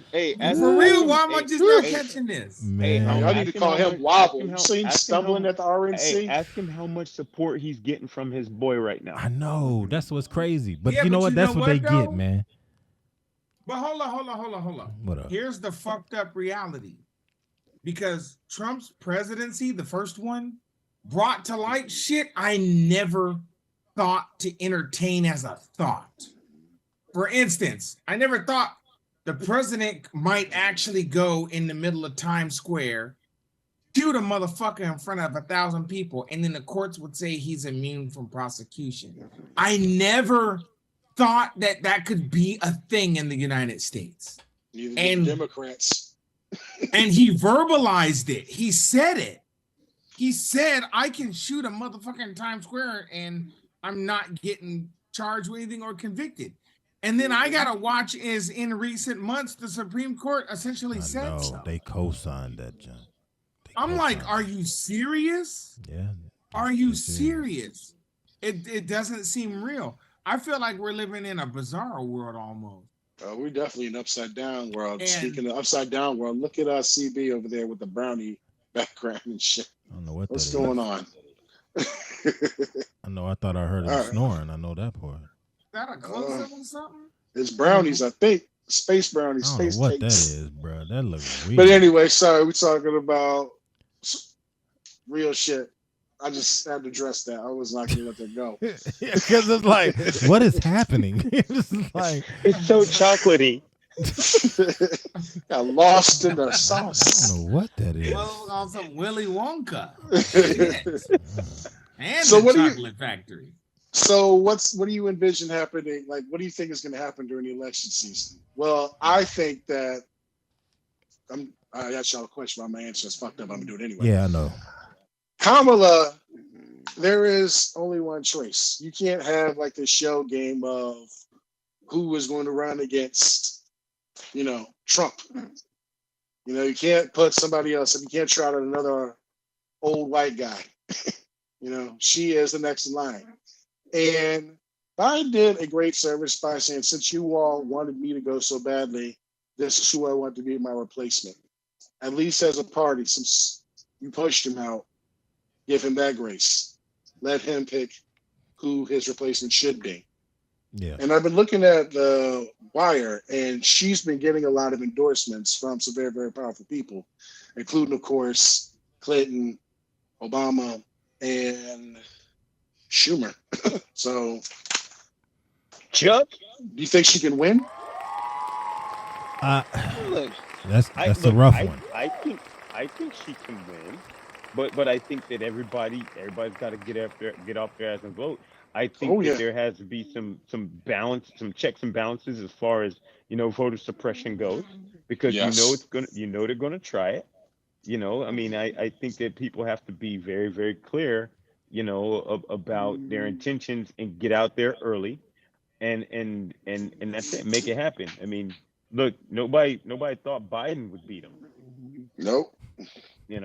So do I think she can win? Sure. I think that the people who support Trump he's not getting no new support. No, if anything, he's already got his base. Yeah, if anything, he's losing some support. So I think that just puts Kamala in a better position.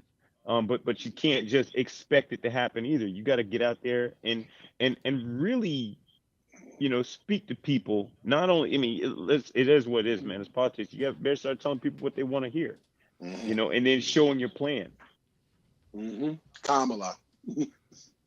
Now, I'm going to just tell you, I'm not a big Kamala Harris fan. I'm not. Because she basically locked away hella niggas. Sure. In California. Her job was to lock away hella niggas, and she was did her very good job. at it. Yeah. And the RNC is going to use that against her. She locked away a shit ton of niggas. I don't. Yeah, they can't really use it against her because that's what they want to do too. So really. Well, I'm saying, people are going to be using that because. Go ahead, Britt. It's your. I'm just saying she locked away a lot of black people. A lot, like more than people realize. Yeah. Okay, and she was very proud of the fact she did that. I don't think she'll lose votes for it.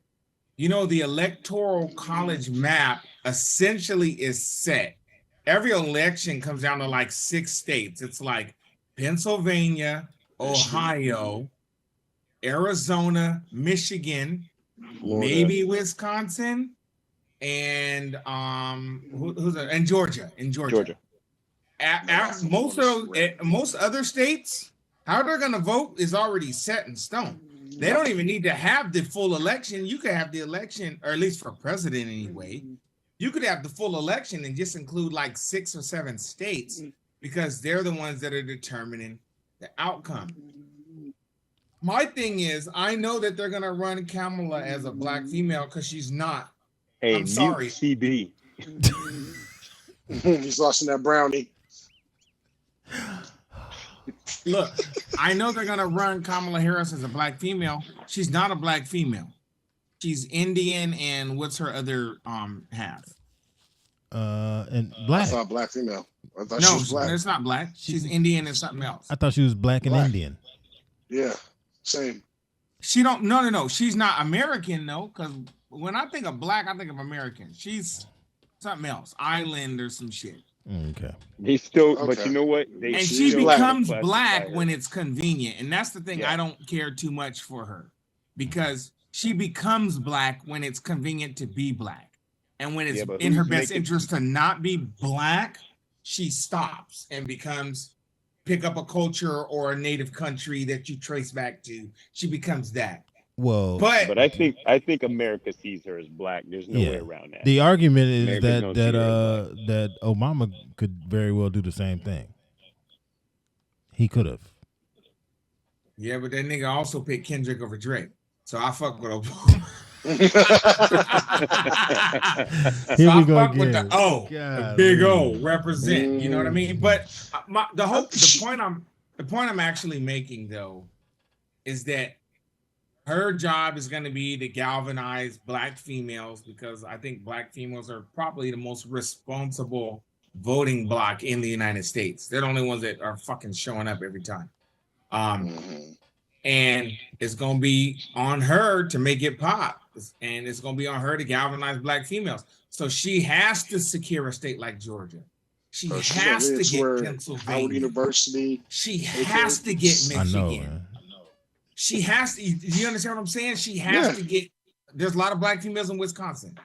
People don't realize how Black Wisconsin is in the Black areas. Really? She has to get those areas. They have Black people in Wisconsin? Racine. You better go to Milwaukee, fuck around, get your head toe off. They don't fuck around in the Milltown. Shout out to Milwaukee, by the way. That's why I'm shouting out this week. Cream City.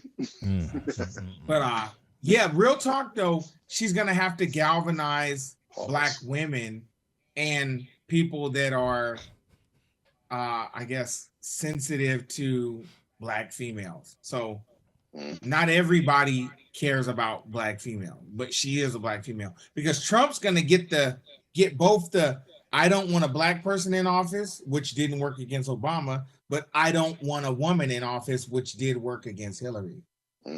So she has to fight both of those. All right, let's be clear. Hillary worked against Hillary. When Hillary started showing, like when she whipped out the hot sauce in that church. I look, pandering hurt Hillary. Let's be very clear. If she had just been herself, she would have been much better off. But now pandering hurt Hillary, not Trump. Okay. Trump pandered his ass off. He went to that bodega. Remember that shit during his trial? Yeah, but with Trump, it's not out of character. Exactly. You figure he's gonna pull some bullshit. So when he pulls the bullshit, nobody's like turned off to it. That's right. But if Hillary pulled the shit, it's like, Hillary, what the fuck is you doing? Yeah. You're making us look bad. Like we really that gullible. Right. And you can whip out some hot sauce and I'm gonna vote for your ass over a bottle of Red Hot. She pulled hot sauce. Somebody told her to do that shit. Somebody on her staff. Yeah. You know what you do? You know what you Put on some hot sauce. Pull this shit out. They'll love it. That's like old buddy. It's like somebody told them to take a knee wearing the kente cloth. Oh, sheesh! Stop it. They told Trump, hey, make those shoes, man. They love the shoes. Hey, somebody made a post. Now that he's been shot, they put him on 50 Cent's album cover. Oh my God! And the AI's gone crazy. Him singing Minion and shit now too. No, crazy too is the Trump got some questionable ass hip hop support that I'm like, what the fuck is you doing? We were talking about revisionist history and us forgetfulness. People forget that Trump used to be on a lot of those fucking albums and shit. I remember clearly him being on Busta's album, shouting out his whatever album it was on. Like people said, but his lyric, you know. Yeah, but I think everybody realized, man, he's an opportunist.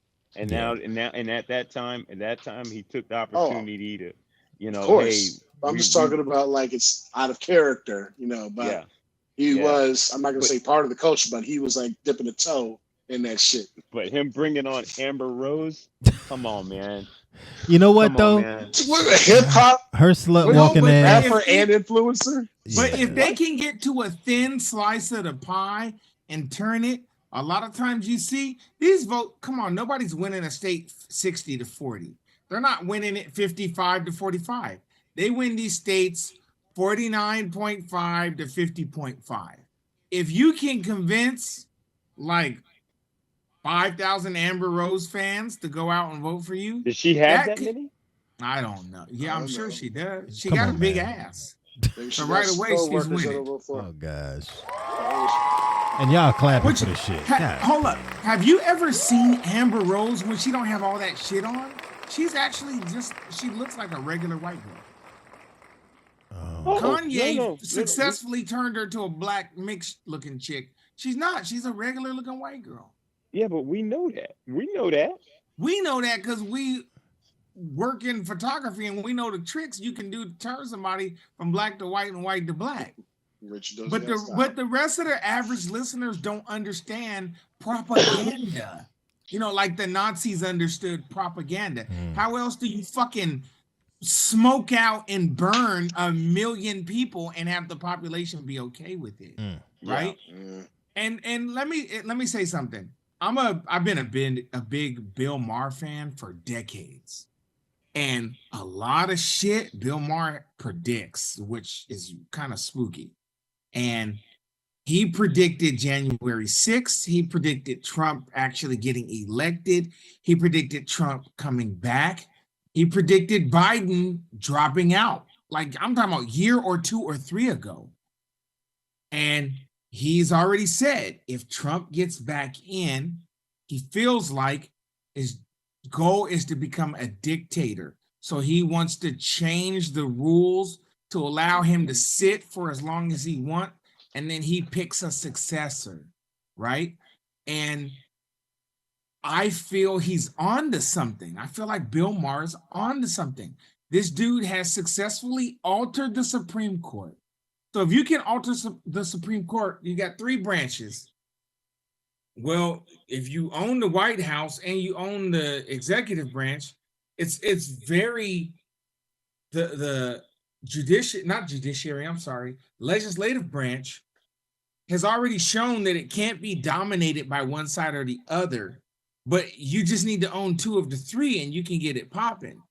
And Trump is altering everything. And he began this alteration like 10 years ago, even before he ran. Remember, Trump was a joke, and Obama bopped him in the face at the White House at the White House Correspondents' Dinner, right? Obama Kendrick Lamar'd him. Obama Kendrick Lamar'd him and embarrassed him in front of everybody. This motherfucker came back and he won. But then he lost, but he's back again. Now, I don't know how long he can be a dictator because the motherfucker's like in his late 70s. But if he picks a successor and he has enough people that are rallying around it, shit, Harriet Tubman couldn't free everybody because some motherfuckers preferred to stay on a plantation. And what I mean by that is we can't convince enough people it's not in their best interest to vote in somebody who maybe has aspirations to be a damn dictator. Are you talking about Tim Scott? No, Tim Scott. He a goofy one. He drunk too. all He that just Kool-Aid. knew. He just knew he was going to be VP, didn't he? Oh, but Nick, who's the chair of the RNC? I don't even fucking know. His daughter-in-law. Bam, bam, bam. I'm not even going to say her name. Well played. Let's just look it up for yourself. But yes, what you were saying in Bill Maher. Person, we're going to have President Eric Trump, and that motherfucker looks special needs. Eric Trump looks special. Real talk. I'm not even being funny. It is funny, but I'm not being funny. He looks special needs. He does look like Beavis. Yes. No, that's Gates. It looks like Beavis. That's Gates. But what you were saying is true. Yeah, we could talk about this forever. All day. But it's gonna be in the news cycle. It's gonna be in the news cycle plenty. They're gonna be talking about this thing because it's one, I don't think the Republicans are prepared for it fully, and 2, I don't think the Democrats are fully prepared for it. So that's life. I'm gonna play this. Saturday next Night Live's gonna have a ball. Oh yeah. Hold on. I just want to say one more thing. Let me say one more thing. What's up? So my wife earned a commission in the U.S. Air Force, and she did pass, but that has nothing to do with this story. What this has to do was when we would come through the gate on the Air Force base. It's customary for people that are enlisted at the gate to salute somebody as an officer coming through. My wife encountered multiple times people, it was usually white males, did not salute her when she came through the gate. And the reason I'm saying that is just to say the hatred that has existed that we thought we somewhat legislated out of this country is alive and well. And it's more alive and more well than I think people realize. And when I say people, I mean the people that don't hold the power in this country historically. You better motherfucking galvanize and decide what kind of future you want and what you should vote for. I'm not telling you how to vote. I'm telling you to vote. And it goes far beyond who's the president and who's the vice president. And it goes to who is your governor, who is your mayor, who is your county representative, who is your district representative, who are the people that you're sending to DC to represent you, who are the people that set the laws in your fucking state, who are the judges in your county, in your city. Understand, you have to vote because the president is not the only thing you're voting for. You're voting for some cases in the person that's responsible for the money, and the person that's responsible for being the prosecutor in your city. And these people determine how the laws will be interpreted and what that means for you as a person. So you need to get out and vote in your best interest and not just your community's best interest. How about that? Right. In your community's best interest, get the fuck out and vote and be proud to vote, because for me as a black man, I have hundreds of years of people whose shoulders I stand on that are expecting me to fucking vote because they fucking died for it. They fucking died for this shit. They died for this shit. They fought in wars for this shit to make sure I could have the right to participate and that my children could have the right to participate. So if you're listening to this and you don't vote, period, for whoever you want to vote for, I have a fucking problem with you. I have a problem with you. Get out and vote. And if you don't know who to vote for, I understand that, but you better go vote. Okay, I'm done. Well said. Well said. That's the truth. This next thing is totally in a whole different direction. It's in a totally different direction. I'm gonna just play it and we'll get into it. Why don't you play the pause game? I saw you say the pause game. I don't with that. What's up with the pause game? The pause game is made. It's created to make you think about gay shit. Where you wouldn't normally even think about this shit. Yo, seriously, I love this. Seriously, I'm telling the truth. Thank you. Back in the days when hip hop first started early, you'd hear a beat, be like, yo, that shit hard. Now, if you say that shit hard, pause. Why? Why?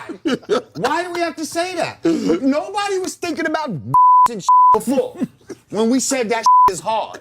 Now all of a sudden, y'all is thinking about whoa, you know, hey, yo, that used to be his too. Like, hey, yo. Like, whoa. You're trying to figure out, well, how does that connect to being gay?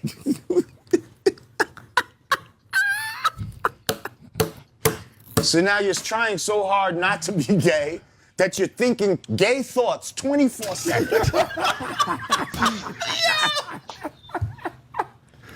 That's why I never played the game. Oh, gosh. Churlish.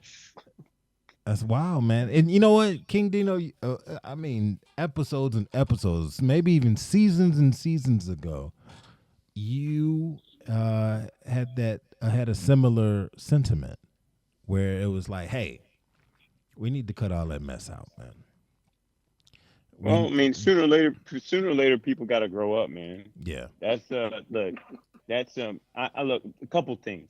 One, I think it's childish. Now, that's my opinion, but I think it's childish for a grown ass man to sit around thinking, oh my gosh, what do they think of me? I think that you have low self-esteem if you gotta defend every single word you say by saying pause. I think you have low self-esteem, and I don't think you're a man. That's just my take on it. Two, I have a gay uncle for instance. And you know what? I'm sorry, he's the most manly person I know. He's just gay. So anybody who sits here and acts like that's some type of a game, well, to him that's not a game. You're gonna tell me you're gonna go up to him and talk about his choices, his preferences, how he feels about. Who's anybody to be judged? Who's anybody to judge anybody on that? We don't want to be classified of less than men because we're black. We don't think about things like that. These people come up with games like this, and at one time it was a game, but it's become something so much more. Yeah. Now it's almost like I said, you're defending your own sexuality. I'm sorry, I'm a grown fucking man. I don't gotta do that. I say whatever I want, and if you take it that way, that's your mind. That's where you're going. Maybe you should look at yourself in the mirror and answer who you are. Stop running from it. That's who you are. That's who you are. Exactly. You well, what you think about Jamar? What you think about Lord Jamar? And that was Lord Jamar of Brand Nubians who was talking about that. But what would you take about his take, Dino? I mean, about him being tired of the game? About him like saying the gay thoughts and whatnot, and having to think about you thinking gay. I mean, you spoke to it, but just I was curious, what you felt about Lord Jamar and his verbalization of it. I honestly don't know how to take him sometimes. That's why I asked that question. because I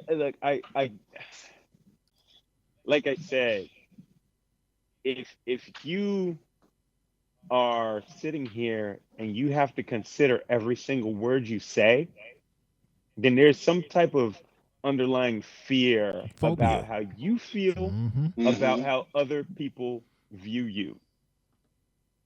You know what I'm saying? Straight up phobia. I don't have a lot of, I shouldn't say respect, because I don't want to make it seem like this is a personal thing, but I think that if you can't stand on your words without having to explain them all the time, I think that's less than manly. Got it. Yeah, what though? There is a movie, and I don't think it's new, but I think it might be new to Netflix or new to one of the streaming things. It's called The Inspection. About the Marine. Yes. About the Marine. If you have and it's based on a true story. The guy whose story it is based on is actually the writer and director of the movie. If you have a moment, check it out. It's pretty good. And what's the premise? Well, it's basically a guy who is gay. And he's been gay, and his mom has kicked him out of his house. He's been living on his own for several years, and he decides he's going to join the Marine Corps. Partly because he's not doing the best as far as his finances and everything like that, but also because he's trying to prove to his mother that he's a man. He meets all, without, giving away the movie, he goes through some trials and some tribulations, as you can imagine. The movie is set pretty much like after Desert Storm, so the start of the next war. And gotcha. There's a part in it where they're doing the whole pugil stick drill, and I love that thing. I can't even lie, I love it. But anyway, I guess dude thought he was just gonna whip his ass because he's gay. I'm gonna whip his ass. He showed him.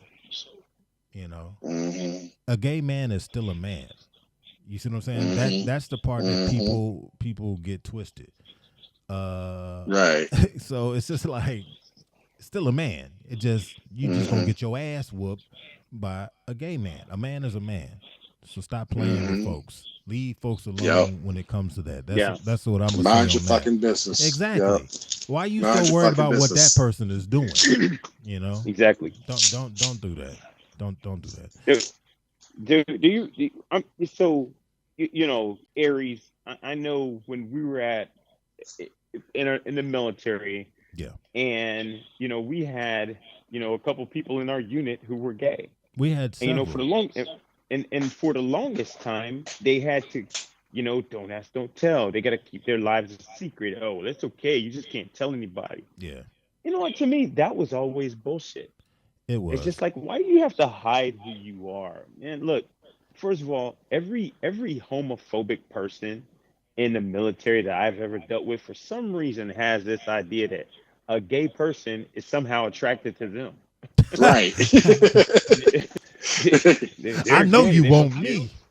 Yeah, you must be attracted to me. Stay away from me. Have a booty. Yeah, I mean, just stupid shit, man. Because you know, and here's what I hate. I hate that black people in the military, of all people, should hold on. Let him finish. should be supportive of anybody who is disenfranchised. Anybody. Yeah. Sometimes I'm just like, do you not forget? You know what?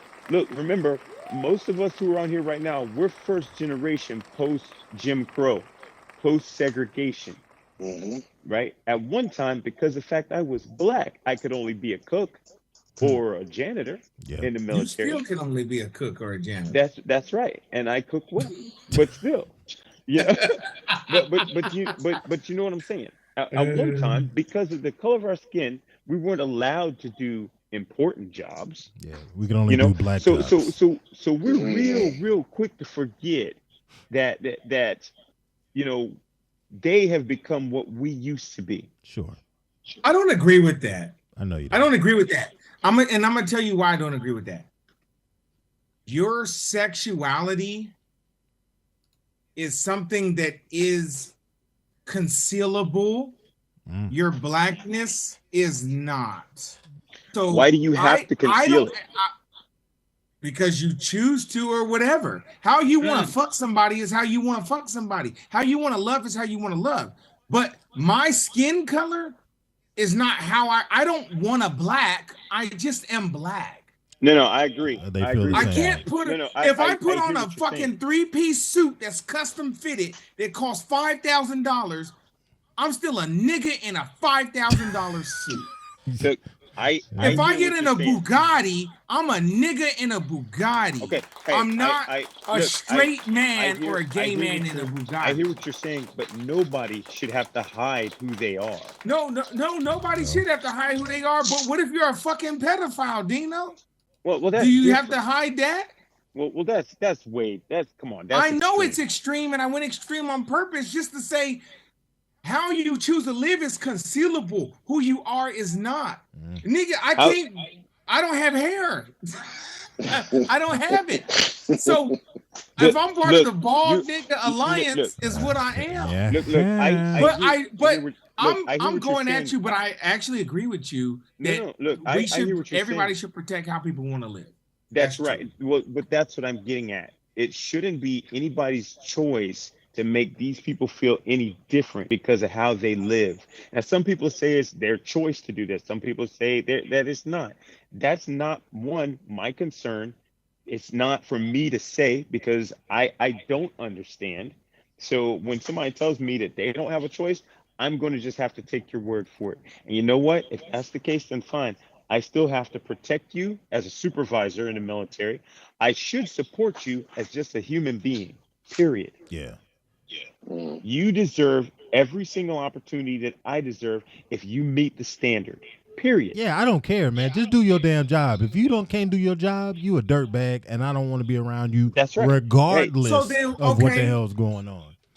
So what about them dictating speech? Now you have to say this. You have to. Oh, say that's a whole totally different thing. I don't do that. Wait. Hold on. Look, Nick Brooks. If you say, "Hey, call me Dr. Brooks," then I'm going to call you Dr. Brooks. Oh yeah, that. But I'm talking about now. Hold on. If you got to refer to yourself as a cis man, No. I don't have no problem. If that's what you want to be called, that's what you get called. You know what I mean? Cassius Clay said he want to be called Muhammad Ali. You call him Muhammad Ali. If a person, no, I'm just saying, if that's what it is. But you're not gonna switch it on me and say, hey, I have to refer to myself as a cis man. Nah, bruh, that ain't how that's gonna work. You wait. Hold on. No. Refer to yourself? Yes, that's what they're talking about now. You're a cis man. That's a trans man. So you will refer to them as Mr. So-and-so, whatever, or he and him. But you are a cis man. So now you got to say you a cis man. I don't know. Okay. You're not messing with that? You're not doing that? But welcome to the new world. And that's what I'm saying. It gets hard when you have to trade in your blackness for justice. But then what's on the other side of justice, I don't know if I necessarily want to go down that rabbit hole or down that road. Yeah, we don't have. But we don't have but the funny thing is, I'm really just arguing with you. I universally agree with you. If you got a heartbeat, I'm protecting you. Unless you attack me, then I'm gonna fuck you up. Period. But if you have a heartbeat and you have a set of ideals that you like, I will protect your right to be what the fuck you want to be. That's it. But yes, at the end of the day, that's all it is, pretty much. But that person at the same time has to respect and protect my right. Exactly. Which is what Cuz was saying, like putting the label on you. Okay, you are now a cisgender person because that's what we're doing now. Yeah, I think the pause. Hey, just call me Mr. Dino. Just call me Macaroni Tony. And motherfuckers don't refer to your pronouns as USA. Come on. My pronoun is Macaroni and Tony. Okay. Look, I think the pause game is fun for a lot of people. I bet it's not as fun for other people, right? Yeah. Because in a way, it has a demeaningness to it, but the reality is most shit is demeaning. I'm sorry, most shit is demeaning.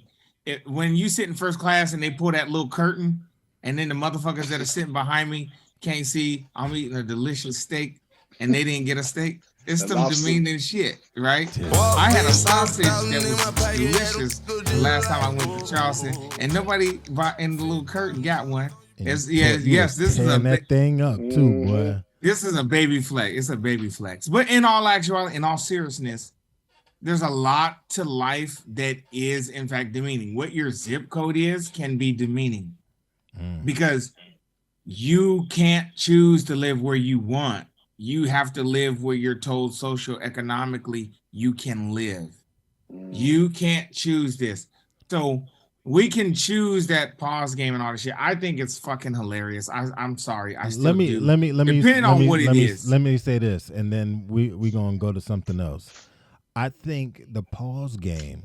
Here's a way to look at it, and I think you'll really like this one. Imagine two people having a conversation, and you hear one of them ask one, "Hey, so you live on Hilltop?" And the person said, "Oh, hell no." You see what I'm saying? You see what I did right there? That don't bother me though. That's pause. But that don't bother me. Where are you I'm proud from? to be from Hilltop, and it don't bother me. You from Newport News? You from Denby? Hell no, I ain't from around there. You from Hampton? You from Goose Creek? Hell no. Oh, no. That's what that is. Oh, so your mom's black? Oh, hell no, she ain't. I think you putting a 2 on a 10. Bruh, nah. If you heard somebody saying that, this conversation has nothing to do with you. I get what you're saying. Yeah. That's what pause is. Not what it kind of is. That's not accurate. That's not accurate. Yeah, for somebody, it's not accurate. For somebody gay, it is. That's because I'm straight. So of course they're gonna be offended that I'm not gay. No, it's not that. And I'm not running around with a rainbow flag. No, that's not where the offense is. The offense is I was accidentally in a rainbow parade, by the way. Man, you weren't accidentally. You was doing your thing, man. No, I was in a gay pride parade on accident. No, there wasn't on accident. It's a funny ass You had story, a rainbow shirt on. How was it accidental? All right, moving on. No. Yeah. I was doing. No one can hear you. Yeah. We don't care about random ish. Yeah, we got to care do it. about me being in a pride parade on accident. Before he digs his ass a deeper hole. Yeah, exactly. What the fuck we doing? I can't dig no deeper hole because I don't answer to a man. I answer to my kids and God. I heard that. So ain't nobody's firing me because I don't beg for nothing from no man. I'm that nigga. I'm not gonna be nobody else's puppet. Okay. I want to live. All right, random ish. All right. I gotta sit. Puppet years is over. I gotta actually cut the send it to you. marionette strings a long time ago. I have to send this to you. All right. This one is one of those what do they call it? Interactive ones.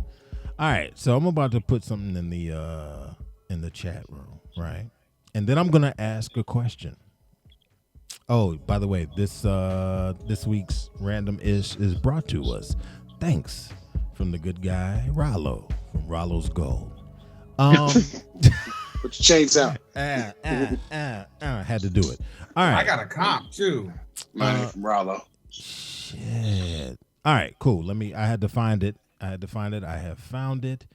And I'm going to send this to the interview room. You should be getting it right now. Now, you don't have to play the entire thing, but I need you to take a look at that. I ain't got TikTok. I can't watch this shit. No, but you don't even have to watch the whole thing. You don't even have to watch it, period. Just you see what's happening right there, right? Okay. No, not the most attractive looking woman. Bruh. Ugh, what is that? That just popped up. I don't even. Ugh. Anyway. Not the most attractive looking woman, but if you were to be offered $500,000, would you? And for our listeners, I'm going to post this on our Instagram page, so don't worry. You'll get to see what it is. And for those who are watching this on YouTube, guess what? You're seeing it. So, $500,000. Would you stay with this woman? Would you stay? Oh man, he just messed up everything. Would you stay with this woman? Oh gosh, hold on. I gotta. Since he just came in, I gotta put him on. And it's this guy right here. Pistols in the building, y'all. Pistols. Bang, bang. Bang, bang. He's here. I don't endorse that catchphrase at all. That was created for me. You need to ask him the last question. What question was that? Well, no, it's just look in the chat and you'll know what's happening.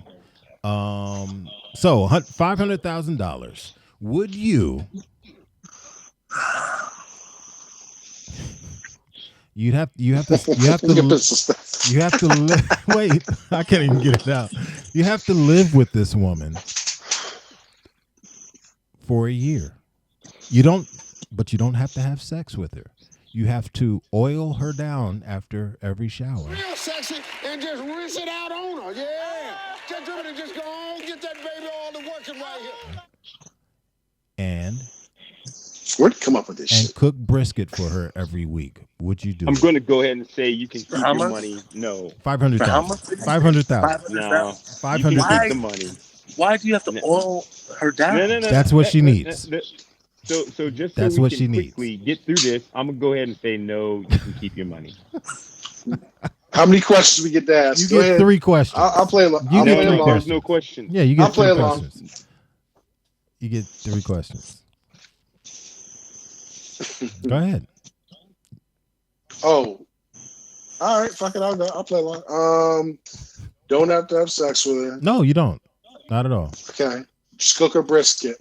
Every week she needs a brisket, and after her showers, she needs A whole brisket. Whole brisket. I mean, don't she look like she could eat? Don't she look like she could eat a whole brisket? So my first question You don't want is: shit else but brisket. Do I have to split the money with her, or do I keep all the money? No. The money is yours. That's Money your. is That's mine. that's your money. That's your money. All right, it's my money. Yep. All right. Do we have to sleep in the same bed? Good question. Good question. Yes. Yeah, but that wasn't. But you don't have that to have wasn't sex. beginning. You don't have to have sex. You with do her. have to sleep in the same bed with her. Yes, but you don't have to have sex with her. You don't have to have sex. Okay. No. I keep. All right. Adding shit to it. This is. I'm not adding anything. That's a question. He asked a question. I'm asking questions. I'm playing along. I'm answering his questions. Like you got to suck her toes. Like why? No. Nope. You would say it's the first example. None of that. Is that one of your questions? Is that one of your questions? Hey, you'll have your opportunity. Okay? Exactly. Okay, Pistol. You'll have your opportunity. Thank you for stalling, because I am trying to think of a third question. So, gents, I'm gonna go ahead and say no, and I gotta roll. Okay. Coward. You have a good one. King Dino's out. You have a great one. King Dino. Hey, peace and love, y'all. Peace and love. Have a great week. All right, now. All right, he's out of here. All right, my third question.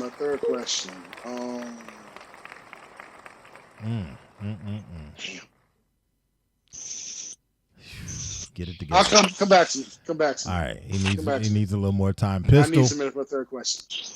are you gonna answer, or do I need to go to Dr. Brooks? Well, go ahead, Dr. Brooks. All right, cool. I'm gonna go to Dr. Brooks real quick. Dr. Brooks, are you taking the offer? Do you need the counter offer? And what are your 3 questions? The fuck is the price is right? Hey, he might have a counter offer. I have to, respect that. Okay. I have pride. I have a lot of pride. Yo. So, oh man. Therefore, we live in the information age. Yes. Where even this conversation will be recorded and used long after we're passed away. Sure. It's very possible. So I would politely, and I mean that politely, because I'm a nice guy. I would politely decline, because you can't put a price on like my dignity. I can't put a price on it. Okay. So you have dignity. Got it. It's too questionable, because she looks like a he, and Scoob ain't down with the extracurriculars. You ain't gotta have extracurriculars. Look, if you want me to get on board with banning the pause game, I'm okay. I'll do it. Okay. I'll do it. You don't even have to pay me to do it. I'll do that shit for free, 90 free. But you're not oiling her up, and no oil and no brisket for you, is what you're saying. Well, because she looks she needs a brisket manly. every week. You got to cook a brisket. No. She looks too manly, though.